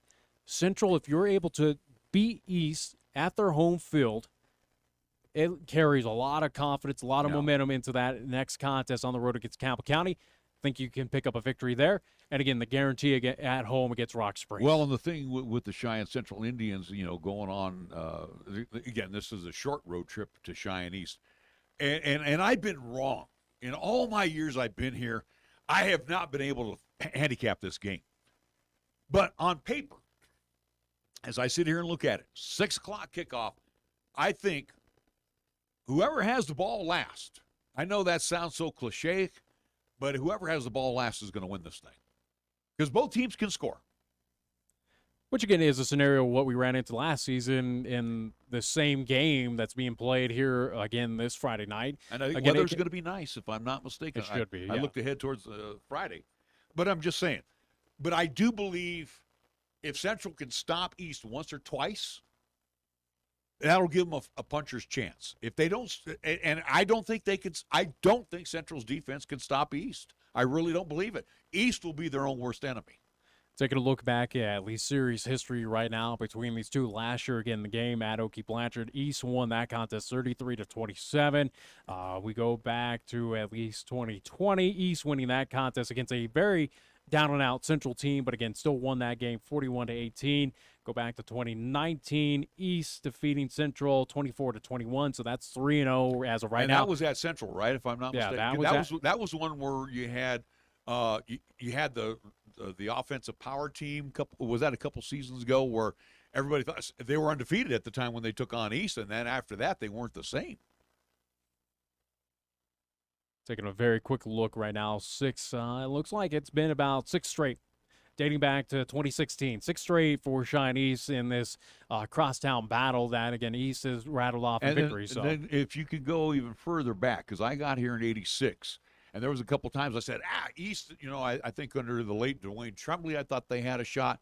I think under Mike Bellamizzi, I thought they had a shot. But you go back from about '86 when I first arrived in town to about 2000, you used to just see Central, right? And again, with Mike Apodaca there, trying to get that winning tradition back with the Indians, because again, the Indians have dominated this series ever since they first met back in the '60s. But of recent note, though, again, it's been 6 straight for Cheyenne East, and again, looking to make it 7 straight. So again, Central's got they will. Again, we will see. Again, we saw these two teams that were very similar last year on paper come into a same scenario. And again, East comes away with a victory. Again, that was albeit late, at least late in the fourth, get it done. Might be a same scenario coming up this Friday night where, again, it's a close battle. East finds a way, though, to get it last-second drive. And think back, Central had a down year last year. Yeah. So, it's always fun to do East Central. I would hope this will be a big community event, as it always is. I know that South is also home too. So hopefully, both the stands are going to be filled at the Oakland Blanchard Sports Complex and over at Fighting Bison Stadium. But again, East Central Capital Bowl is always a fun one to do. We will be back after a timeout. You are listening to The Pro Show. I'm Larry Proietti, along with Nick Proietti. We're back after these words. Community is more than a place. It's a feeling of belonging. At Platte Valley Bank, we are passionate about the communities we serve and the people who live in them. Just like you, we are everyday people who contribute to our community and believe that together we can make a difference. Visit us today at www.pvbank.com. Experience the difference. You belong here. Platte Valley Bank, member FDIC. Next time you have a craving for authentic Mexican cuisine, visit Hacienda Guadalajara at 317 East Lincoln Way.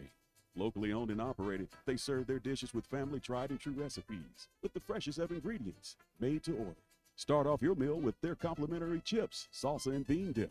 And if you're feeling adventurous, enjoy your favorite margarita or cerveza. Hacienda Guadalajara, where the spice is always nice.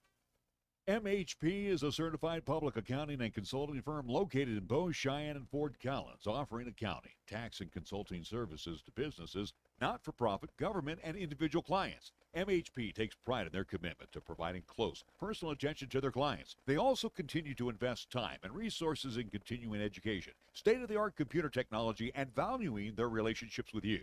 MHP is a proud supporter of local and UW athletics. MHP, 314 West 18th Street, or call 634-2151. Check out the huge savings this week at Town & Country Supermarket Liquors. Here are just a few of the terrific weekly specials. It's your one-stop to shop for these Super Radio buys heard only right here. Clear Springs Grain Alcohol, 190 proof, 1 liter bottle, $17.99. Natural Light or Natural Ice, 30-pack, 12-ounce cans, $20.99. And Fireball Cinnamon Whiskey, 1.75 liter bottle, $24.99. Town & Country Supermarket Liquors on the South Greeley Highway, Cheyenne's low price leader.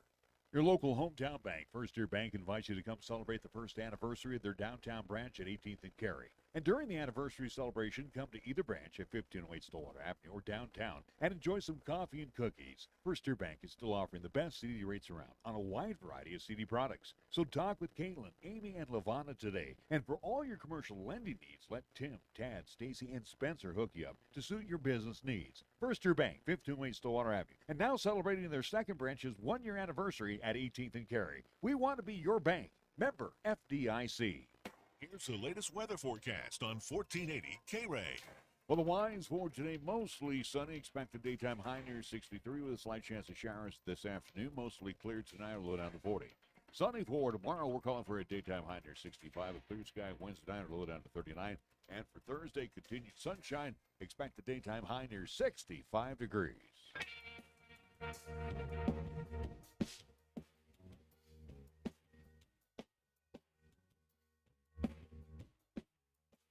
Welcome back to the Pro Show. Larry Proietti along with Nick Proietti. One last note on the high school side, then we'll move on to the Mountain West. I do want to mention this, though. In addition to our East Central game being the featured game, which has a lot of impact on the standings, again, Casper Natrona along with Campbell County, that also is going to be a big factor. And I'm going to tell you right now, I think Steve Harshman has his team running in the right direction. They're 5-1 right now. Their only loss was to East. I don't think Campbell County can stop this Wyatt Powell. I think they can. I don't. This kid. I think talent-wise, again, Campbell County, I give them the advantage, especially just being at home. Natrona does not impress me. Again, there's just something about that team where, again, Central should have beaten them at home at Risky. Again, the game that we had at least covered on that. Again, Campbell County, as I said, heading into this, again, a team to keep an eye out. They're proving it so far, sitting at 4-2. This is a big contest for them. Again, it's not so much make or break, but it is a scenario that for Campbell County, we talk about momentum for Cheyenne Central. How about for the Camels, get it done against Natrona?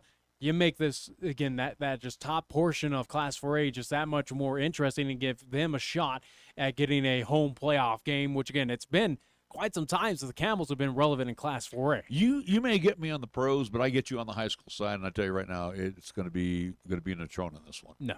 Okay. I think Campbell County, wins in a close fashion. And again, I give them the benefit at home. Natrona, again, just does not impress me at all. I think Camels are the better team. I'm telling you, you disagree with me. And I think by the time we come back and sit here next Tuesday, we'll see Sheridan, East, and Natrona. Well, and again, look who the Camels have lost to. Again, it's been East in week 0, which, again, no surprise. A lot of people have lost to Cheyenne East, lost to Sheridan. All right. And now you're taking on the third best team in the conference. And I think I honestly think that, again, the Camels will prove that they are one of the better teams here in Class 4A. Okay. And again, Natrona does not impress me. I think they're 1 year away. They're 1 year away. I think this is the year. I said they were going to be competitive this year. They were going to be a playoff team. I didn't know if they would be hosting a playoff game, but I think they're 1 year away from being that top tier team, and Thunder Basin falling into that second group. All right, let's talk about the Mountain West Conference real quick before we get ready to wrap things up. I know. Talk very quickly. Pro. Yeah, we'll talk at the pros, but talk very quickly about Wyoming Cowboys. Where right now, again, this is a team where, hey, for a couple weeks, fans were riding high. This team was riding high. You run into a San Jose State team where we kind of put a question mark saying, can they beat them? Or at least, again, we go back at least preseason where, again, we kind of chalked up that, again, could the Cowboys beat the Spartans? Who knows? It was kind of a flip of the coin. They end up losing to the Spartans at home. Again, it's hard to make of this Wyoming Cowboys team, but what the hell are they? Well, that's just it. Who are the Cowboys? They lose to the Spartans, and they beat the Air Force. The Air Force and Air Force barely snuck out a win against the Navy. The Navy, and again, what we're seeing with Air Force, they're not a great offensive juggernaut. No. Okay. However, with the Cordero kid making that transfer from Hawaii, and again, he just seemed to pick apart the Wyoming Cowboys in the air. San Jose State, who played very competitive against Auburn. And again, when you're playing the Tigers and you play that competitive, that's got to add some, a little muscle to your program. Yeah. But it's kind of ironic on the west side to see UNLV at 4-1, seeing the Spartans at 3-1. This season. And then you look at San Diego State, Fresno State losing to UConn. Last year, the Cowboys, who were 30-point favorites at UConn, barely snuck out a win. Fresno, you could tell Fresno is definitely down. They lost their quarterback. Again, that definitely does not help. But again, Fresno clearly down with the injuries. Right now, UNLV turning a page, which surprises a lot of folks who are in the running Rebs. We're not expected to do what they're doing right now. They're sitting at 4-1, 2-0 in Mountain West Conference. Took care of business against New Mexico, which, again, you're supposed to take care of business against the Lobos. We will see about this weekend for the Wyoming Cowboys. This is another true test for the Wyoming Cowboys as they go on the road to take on New Mexico. And the Lobos have had the Cowboys number? Yeah, so who knows what to expect out of that one. Again, I'm curious to see what the spread is. Boise getting it done against San Diego State. Again, two teams that are sitting kind of mid 500, floating around in the middle there in the Mountain West Conference. Boise State, again, is Boise State the best team right now in the Mountain West Conference? No, I don't think so. I think UNLV definitely makes a case. I think San Jose State could make a case right now that, again, a lot of the talent, a lot of the top teams are sitting on that west side, that west division right now, and the mountain side is a little bit down and out. Again, it's kind of funny on the flip it over. Before, these all have been the bottom feeders, UNLV and San Jose. This year, it's a complete reversal. You got San Diego State at the bottom. You got Fresno State at the bottom. You got the Wolfpack down at the bottom. The West is really topsy-turvy this year. Yeah, again, who's going to come away with the Mountain West Championship? Could it be San Jose? Could it be Boise? Could it be UNLV? Who knows at this point in time? I think definitive right now, again, as much as folks are trying to at least elevate and kind of float and entertain that the Cowboys could be one of those potential outside at least factors or teams to keep an eye out. I don't think so, especially if you're going to play that way as you did against San Jose State at home. Come on now. I don't think the Spartans are all that impressive. They didn't look all that impressive this past Saturday, but they were okay. They were okay, but again, if this is a team that you're going to compete against or at least vie for at least a spot in that Mountain West Championship contest, and you can play like that? Sorry. Well, the matchup predictor right now has New Mexico favored. It's a nervous. They're 51.9%, chance of winning. 3.5 point favorite. So again, you get 3 for being home. So, which is right now, again, I don't know where you're getting, but on the line that I'm seeing right now, Cowboys are favored by 3.5. Over/under in this game as of right now, and this is according to ESPN. Over/under in this game is you're right. 36.5. Yeah. So again, don't expect a whole lot of at least offense going on in this one, which again is I think more throwing shade at Wyoming as well too, because again that offense is near dead last right now in not just the Mountain West Conference, but again the entire NCAA Division I whole. That again, this offense is one of the worst. And again, You're talking about the Cowboys? Yeah. Well, again, the stats don't lie that the Cowboys, again, look back to this Saturday, this contest at home against San Jose State. This offense is pretty pathetic. Well, and the offense for New Mexico is no great shakes either. So again, and I think that's why for the line as low as it is. Over under 36.5 points, yeah, you might want to take the lower. The Cowboys are barely, I think they're just under 300 yards per game, 296. New Mexico's at 249. They're not that good. But you know what? New Mexico, over the last few seasons, has been able to run the football against the Cowboys. So, again, if I'm the Lobos coaching staff, and again, I know they've gone through some changes, I go look at films from the last couple of years, and I'd run the same program. Yeah, pretty much find a way to just shut down that offense of the Cowboys, which, again, is not that difficult. Cowboys find a way to shut themselves down on the offensive side. But, again, if you find a way on that side, that defensive step up against the Cowboys, again, it's going to be tough. I give credit for the Wyoming Cowboys. Their defense is stellar. I give them credit as much as it buckled this past Saturday against San Jose State. But, again, you kind of hold your hat on that. This defense is pretty solid. But if New Mexico is to win this contest this Saturday, and again, albeit it is in Albuquerque, but again, neither here nor there. Again, Cowboys on paper should win this game. Vegas is saying they should win this game. But how many times in the past have we said, hey, they should win and they end up losing? If the Cowboys are to lose this contest against New Mexico, I think you could put a definitive stamp that, yeah, Cowboys they're not competing for a Mountain West championship. And I think also, too, it's time to sound the alarm, especially regarding Craig Bohl, that we are not getting it done. And again, even though this is not a rivalry game, this is an opponent, a program that you should be beating year in and year out, and you still can't get it done. Let's look at the numbers. Cowboys are 48-53 under Craig Bohl. Yeah. So, again, under the Mendoza line, if they lose to New Mexico, that puts them at 48-54, and I do believe that almost gets them even in Mountain West Conference. But my point is, we are seeing in the college ranks this year, and again, Craig Bohl, one of the highest paid coaches in the Mountain West. All right, so we're seeing right now Nebraska, Frost, adios, Durrell, Colorado, out, Boise State, offensive coordinator, gone, Wisconsin. Yeah, so we're starting to see it is about the dollars.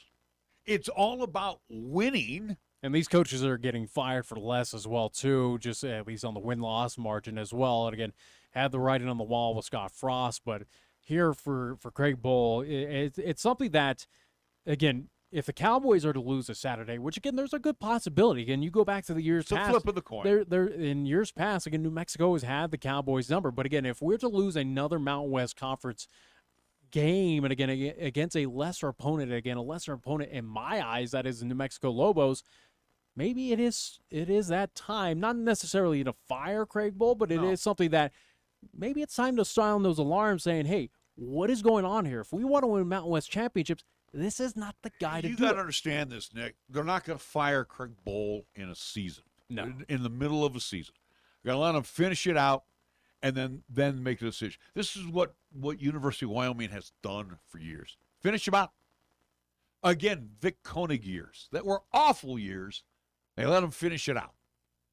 Craig, afraid of the buyout, afraid of, again, paying the money. I don't know. And again, too, when you had the guy that came in from Kansas, Mizzou, are you talking Christensen? Yeah, Christensen. We had Christensen in here. That's how much of insignificance he was to me. They let him finish out the season. Boom, he's gone. So, again, in my time here, every coach that has coached the Cowboys has finished out the season. So they're going to let Bohl finish out the season. They're not going to dismiss him any part of the season, even if they lost to New Mexico. Yeah.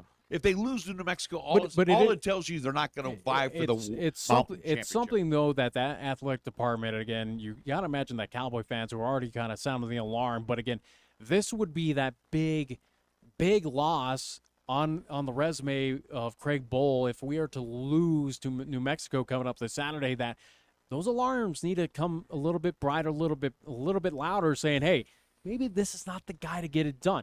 Looking at the remaining schedule right now for the Wyoming Cowboys, who again do sit at 3-3. All you need is 3 wins to at least become bowl eligible. And they're behind the Broncos by 1 game. They're 1-1. Broncos are 2-0 in the Mountain. So again, looking at the remaining, so on the road against New Mexico, at home against Utah State. Utah State is clearly not the team that we thought. We knew they were going to take a step back, but they took a big step back. So the Cowboys for the next couple contests should win against the Lobos, should win at home against Utah State. Should beat Hawaii. At Hawaii, again, I just that on that long trip out there, again, it's tough to beat them on the island. Should beat Colorado State. There's 4 wins in a row right there. If Wyoming is to lose to this CSU team, this Rams team is terrible. They are awful. But again, it is a rivalry game, and it is also to benefit at Canvas Stadium as well, too, in Fort Collins. So again, there goes that little, at least potential odd favoritism for the CSU Rams.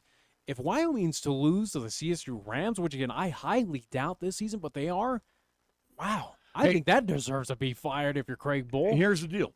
I think potentially Cowboys can win 5 out of the next 6. They could beat New Mexico. Let's just say for argument's sake, okay? They could beat New Mexico. They could beat Utah State. I think they go to the islands. They beat Hawaii. Hawaii's just terrible. They're just awful. Hawaii's not good, but I give them Colorado State is awful. I think they will. I don't think they beat Boise at home. It's going to be I think they lose to Boise. I think that's going to be a competitive game. And now that Fresno State is down and out, I think their quarterback was their team. Yeah. So and that game at Fresno, and they could beat the Bulldogs there. So with that being said, the Cowboys will finish it again. I'm saying 5 out of 6. They're going to finish 8-4. You can't get rid of a guy who's 8-4. Yeah. And he's going to take you to another, under $1 million bowl. And again, I've said this before. But it's still not enough to get them into a Mountain West championship. I've said this before, and I say it again. Cowboy fans, all they care about is going to a bowl game. They don't care how mediocre we are. Do they? Yeah.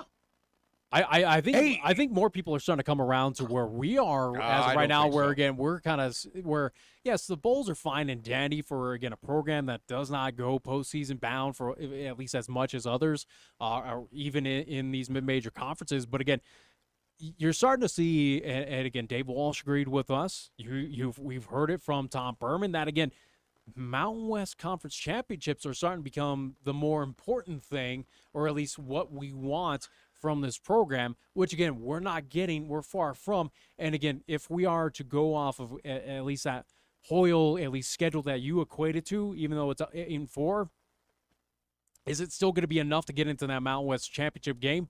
I don't think so.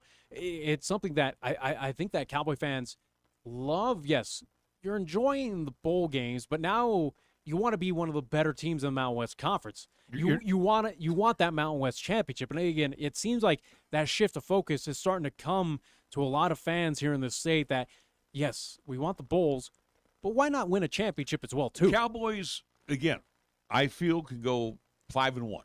The worst they can do on this schedule is 3-3. That's the worst they can do. It's just what team's going to show up, what offense is going to show up for the Wyoming Cowboys. Again, the defense is solid.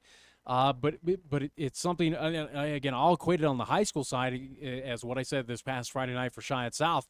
The more time you put out that defense, as we saw with the Wyoming Cowboys, the more time you put that defense out there, it's going to buckle. It's going to hit that fatigue factor. Again, we know that, especially when this offense goes getting the 3 and out. Again, you look at teams like Colorado State, they should score at will against the Rams. You would hope. Hawaii hasn't been able to stop anybody, even on the islands. Fresno State, now that they're down and out, you got an opportunity. So again, I'm giving them a couple of wins that I didn't think they would get. But again, I said if there was a season and a chance for the Cowboys to take advantage of to boost this program and get into that next level, it's here. Yeah. Take advantage of it. There's your shot. And again, we will see. This Saturday is going to be a telltale sign of what team shows up again on the road. I don't find that as a viable excuse where, again, Cowboy teams have gone into Albuquerque and won many a time against this Lobos program. They haven't in recent years. Let's turn that around and see if you can do it at least this season. And again, too, here's the deal. And like I said, if you want to be mediocre and go to mediocre bowl games, then keep the guy around. But again, the program has not advanced. It's been so-so. It's been about a 500. You're paying the guy 7 figures to be mediocre, under mediocre. Yeah, sub 500 in overall and sub 500 in Mountain West Conference. As of right now, again, maybe it will change post this season. Again, only time will tell. But yeah, again, it's a guy who's sitting right now middle of the pack in the Mountain Division. Not even just the Mountain West, or at least in general in the Mountain West Conference, but again in the Mountain Division, this guy's been finishing again. And you're talking mid-pack. You're talking Power 5 conferences for the future. This is I was going to pick up the Cowboys for Power 5. Yeah, they're going to be one of the top teams in that second Power 5. Again, this is a team that is 51, 52, 53. They're not the top 50 teams. And again, it doesn't help when your offense is dead last across the entire, not even just Power 5, but again, including mid-majors from Sun Belt to MAC to Mountain West. And ask again, yourself, this offense is one of the worst in D1. Ask yourself this question, too. Why all the transfers? Why? Culture, schemes. I don't know. There's a multitude of reasons. But I mean, look at the talent that transferred out, just for argument's sake. Yeah. So that's what I throw at you. All right, do we have another break? Cowboy basketball also do deal with transfers, and no, we do not have at least a final break. So we keep it here? Yeah. All right. The final, at least a couple minutes as we'll. Let's talk about the Broncos. And last night's game, Niners won. I'm tell you right now, Jimmy G. No, I think the shoulder surgery he had was okay. It took care of the problem. I think he's got a terrible arm. For right now, the 49ers take advantage of that. The NFC West is pretty terrible right now. Again, all teams sit at 2-2, including with the win and loss by the Rams, and again, win with the 49ers, at least last night's contest. 49ers, I will say right now, their defense is one of the best, if not the best, in the NFL. I think everyone can agree upon that, especially looking at, again, allowing 20 whole points in the past 2 contests, albeit, again, it's against the Broncos. Well, the Rams are good. Rams, again, are a solid team. Offense has got to get going some way, shape, or how. Jimmy G. I'm telling you, Jimmy G is terrible. He's just not good. I have not liked, and you know me, I have not liked that move since they brought him on board. And I'm starting to doubt Shanahan's ability as an offensive coordinator, offensive mind. I'm not all excited with his play calling as well either. But that's just me. I'm an armchair announcer quarterback. So, you know. Either way, the Niners get it done. And, again, it makes now the NFC West an interesting pile up with all 4 teams at 2-2. I still think Rams, 49ers, I think 49ers still are the best team in that division. We'll see when they go to SoFi. Yeah. I think they'll take care of business in SoFi, and I think that game's a little bit later on. But, again, 49ers I still think are the best team. But going back, as you want to talk about the Broncos, again, Nathaniel Hackett. Broncos should not have won Sunday night against the 49ers. Again, they got lucky in that contest. I will wholeheartedly stand by that. You know, 1-point victory. Both teams look garbage. And they got clobbered by the Raiders. I mean. And, again, do you give the excuse that it was in Allegiant Stadium? No. Again, you shouldn't have lost to the Raiders, but they found a way to do it. You know, and again, too, we hear the injury bug, and again, it happens, and it hit hard, without a doubt to the Broncos. But the thing is, though, let's be real honest. The play calling by, again, his dad, who was with the 49ers, and was a head coach, pretty good offensive mind. You think some of that would would fall off the tree there and absorb into his mind. I think the play calling, they're going to get Russell Wilson killed. I really believe. Well, and again, Russell Wilson's right now showing to me, and I said this even before the regular season started, as, again, this signing happened with Russell Wilson coming to the Broncos. He's not the end-all, be-all guy. And how about Gordon? He can't hang on to the football. Terrible. Right. So, again, but let's be real honest. I think the play calling by the Broncos is way too conservative right now. That's always how it's been, though. In the last few years. And, again, what you've had the last few years, Vic Fangio, and then you had Joseph. You had defensive guys running the team. Yeah. Okay? You got an offensive guy who's actually worse than the defensive coaches. That's what gets me right now. This offense is worse than it was under Joseph and Fangio. Yeah, it's something that there's still a lot of issues to address with this Denver Broncos team. That, again, offense, again, Russell Wilson is clearly not the guy. Offensive line really needs to be shored up. That defense is not as staunch as people think as it is. Again, that historically good defense of the Raiders past. the Raiders are better than a 1-3 team.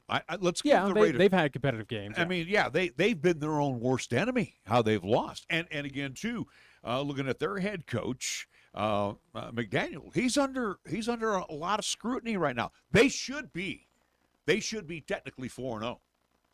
As they head into Kansas City. And they've had a lot of close games, yeah, without a doubt. They screwed up their own game. game. Las Vegas is a very interesting 1-3 team as of right now. But looking at least upcoming schedule for the Denver Broncos very quickly as we're approaching the top of the hour. Home against Indianapolis, should beat the Colts. I saw that Colts team week 1 against the Texans. They're terrible. They should beat Indianapolis, but who knows? Again, that might end up in a tie is what I saw between them and the Texans. On the road against the Chargers, sorry, no, Broncos, you're not getting it done. I don't know. The Chargers seem to be their own worst enemy. They're so inconsistent. But I think the Chargers, though, talent-wise, are a lot better. That also, too, is Monday Night Football coming up in Week 6. Week 7, home against New York, and that being the Jets. Jets are kind of an enigma, but Salah's doing a good job there. They can be impressive. So, again, I don't know. That could be a flip of the coin, but I would lean more to the Jets. And before the bye week, Week 8, home against Jacksonville, Jags have been kind of impressive. I see 2-2. I just feel, right there, they're gonna walk themselves right out of the race for the especially AFC. As now Kansas City is they are gelling. They are isn't it amazing with the Chiefs? They have to have, everybody starts selling them off. Hey, this is not the same Kansas City Chiefs, this, that, and the other thing. And all of a sudden, they are like dominant. They just turn around. Same with the Bills. The Bills, again, after coming off of last week's just interesting loss, Bills turned that around. So, again, they look good against the elite Ravens, teams. Don't worry about the elite teams. They're fine and dandy. And I think even the same with the 49ers. They got healthy at least last night against the Rams. 49ers, as much as they were early Super Bowl contenders, I still think they're a fringe contender team, but it's going to take a lot. The teams right now that you tip your cap to, the Eagles, they're undefeated. Yeah. I think Jalen Hurts is a much improved quarterback. The Packers, the Packers, I think they're good enough to win. Yeah. The West is not good at all. Again, with outside of San Fran and LA. As long as Garoppolo's there, I just don't see the 49ers getting back to the promised land. AFC West, Kansas City, yeah, absolutely. You I'm sorry. ignored the NFC South. Yeah, the South well, Tampa, it's theirs to lose. Pretty much, yeah, because the rest of the South is terrible, yeah. The West is Kansas City. The AFC South right now, that's just Titans, Jags. Yeah. Who knows? I mean, it's going to be between those two of Titans and Jags. Houston's terrible. The North, Baltimore, or Cleveland. I mean, Baltimore seemed impressive over the past weekend. They play well against Cleveland, the Bulls. who knows? Pittsburgh, who knows? Pittsburgh's also changing quarterbacks. And then the AFC East, I think, with the situation in Miami right now and Buffalo. And again, Miami's got to play at Buffalo. This is a chance for Buffalo to pretty much just take control of the division and with run Miami, away with it. With Miami hurt, with Mac Jones and New England down. Jets. Again, Jets are the Jets, but they've been an impressive Jets team so far. Yeah, they'll be, they could be a 2 but I don't think or they're good 3. enough to take down the Bills. Yeah. Yeah. So again, it's the Bills' conference to lose. All right. Well, we got or division to lose. All right, we got to wrap things up here. Again, don't forget to join us for East Central Capital Bowl, 1480 K-Ray, 101.1 FM, 1480KRay.com. Also, we video live stream from the Oakville Blanchard Sports Complex. Nick, 1480 K-Ray YouTube channel. Go over there, give us a subscribe. Go give us a like on the video again as we have figured out the live stream, or at least the internet issue, which again has worked fine and dandy for the past couple of weeks. Yeah, Again, good pictures from so Central. again, it's held up. So again, looking forward to at least bringing you the live coverage again, video and audio this Friday night again, East Central. You'll be able to open the window and even better picture for you this weekend. All right, so that will be about a 5:20 pregame show, kickoff 6 p.m. So do join us for that coming up on Friday. It's going to wrap up the Pro Show for Nick Proietti. I'm Larry Proietti. We now return to regular programming on 1480 K-Ray.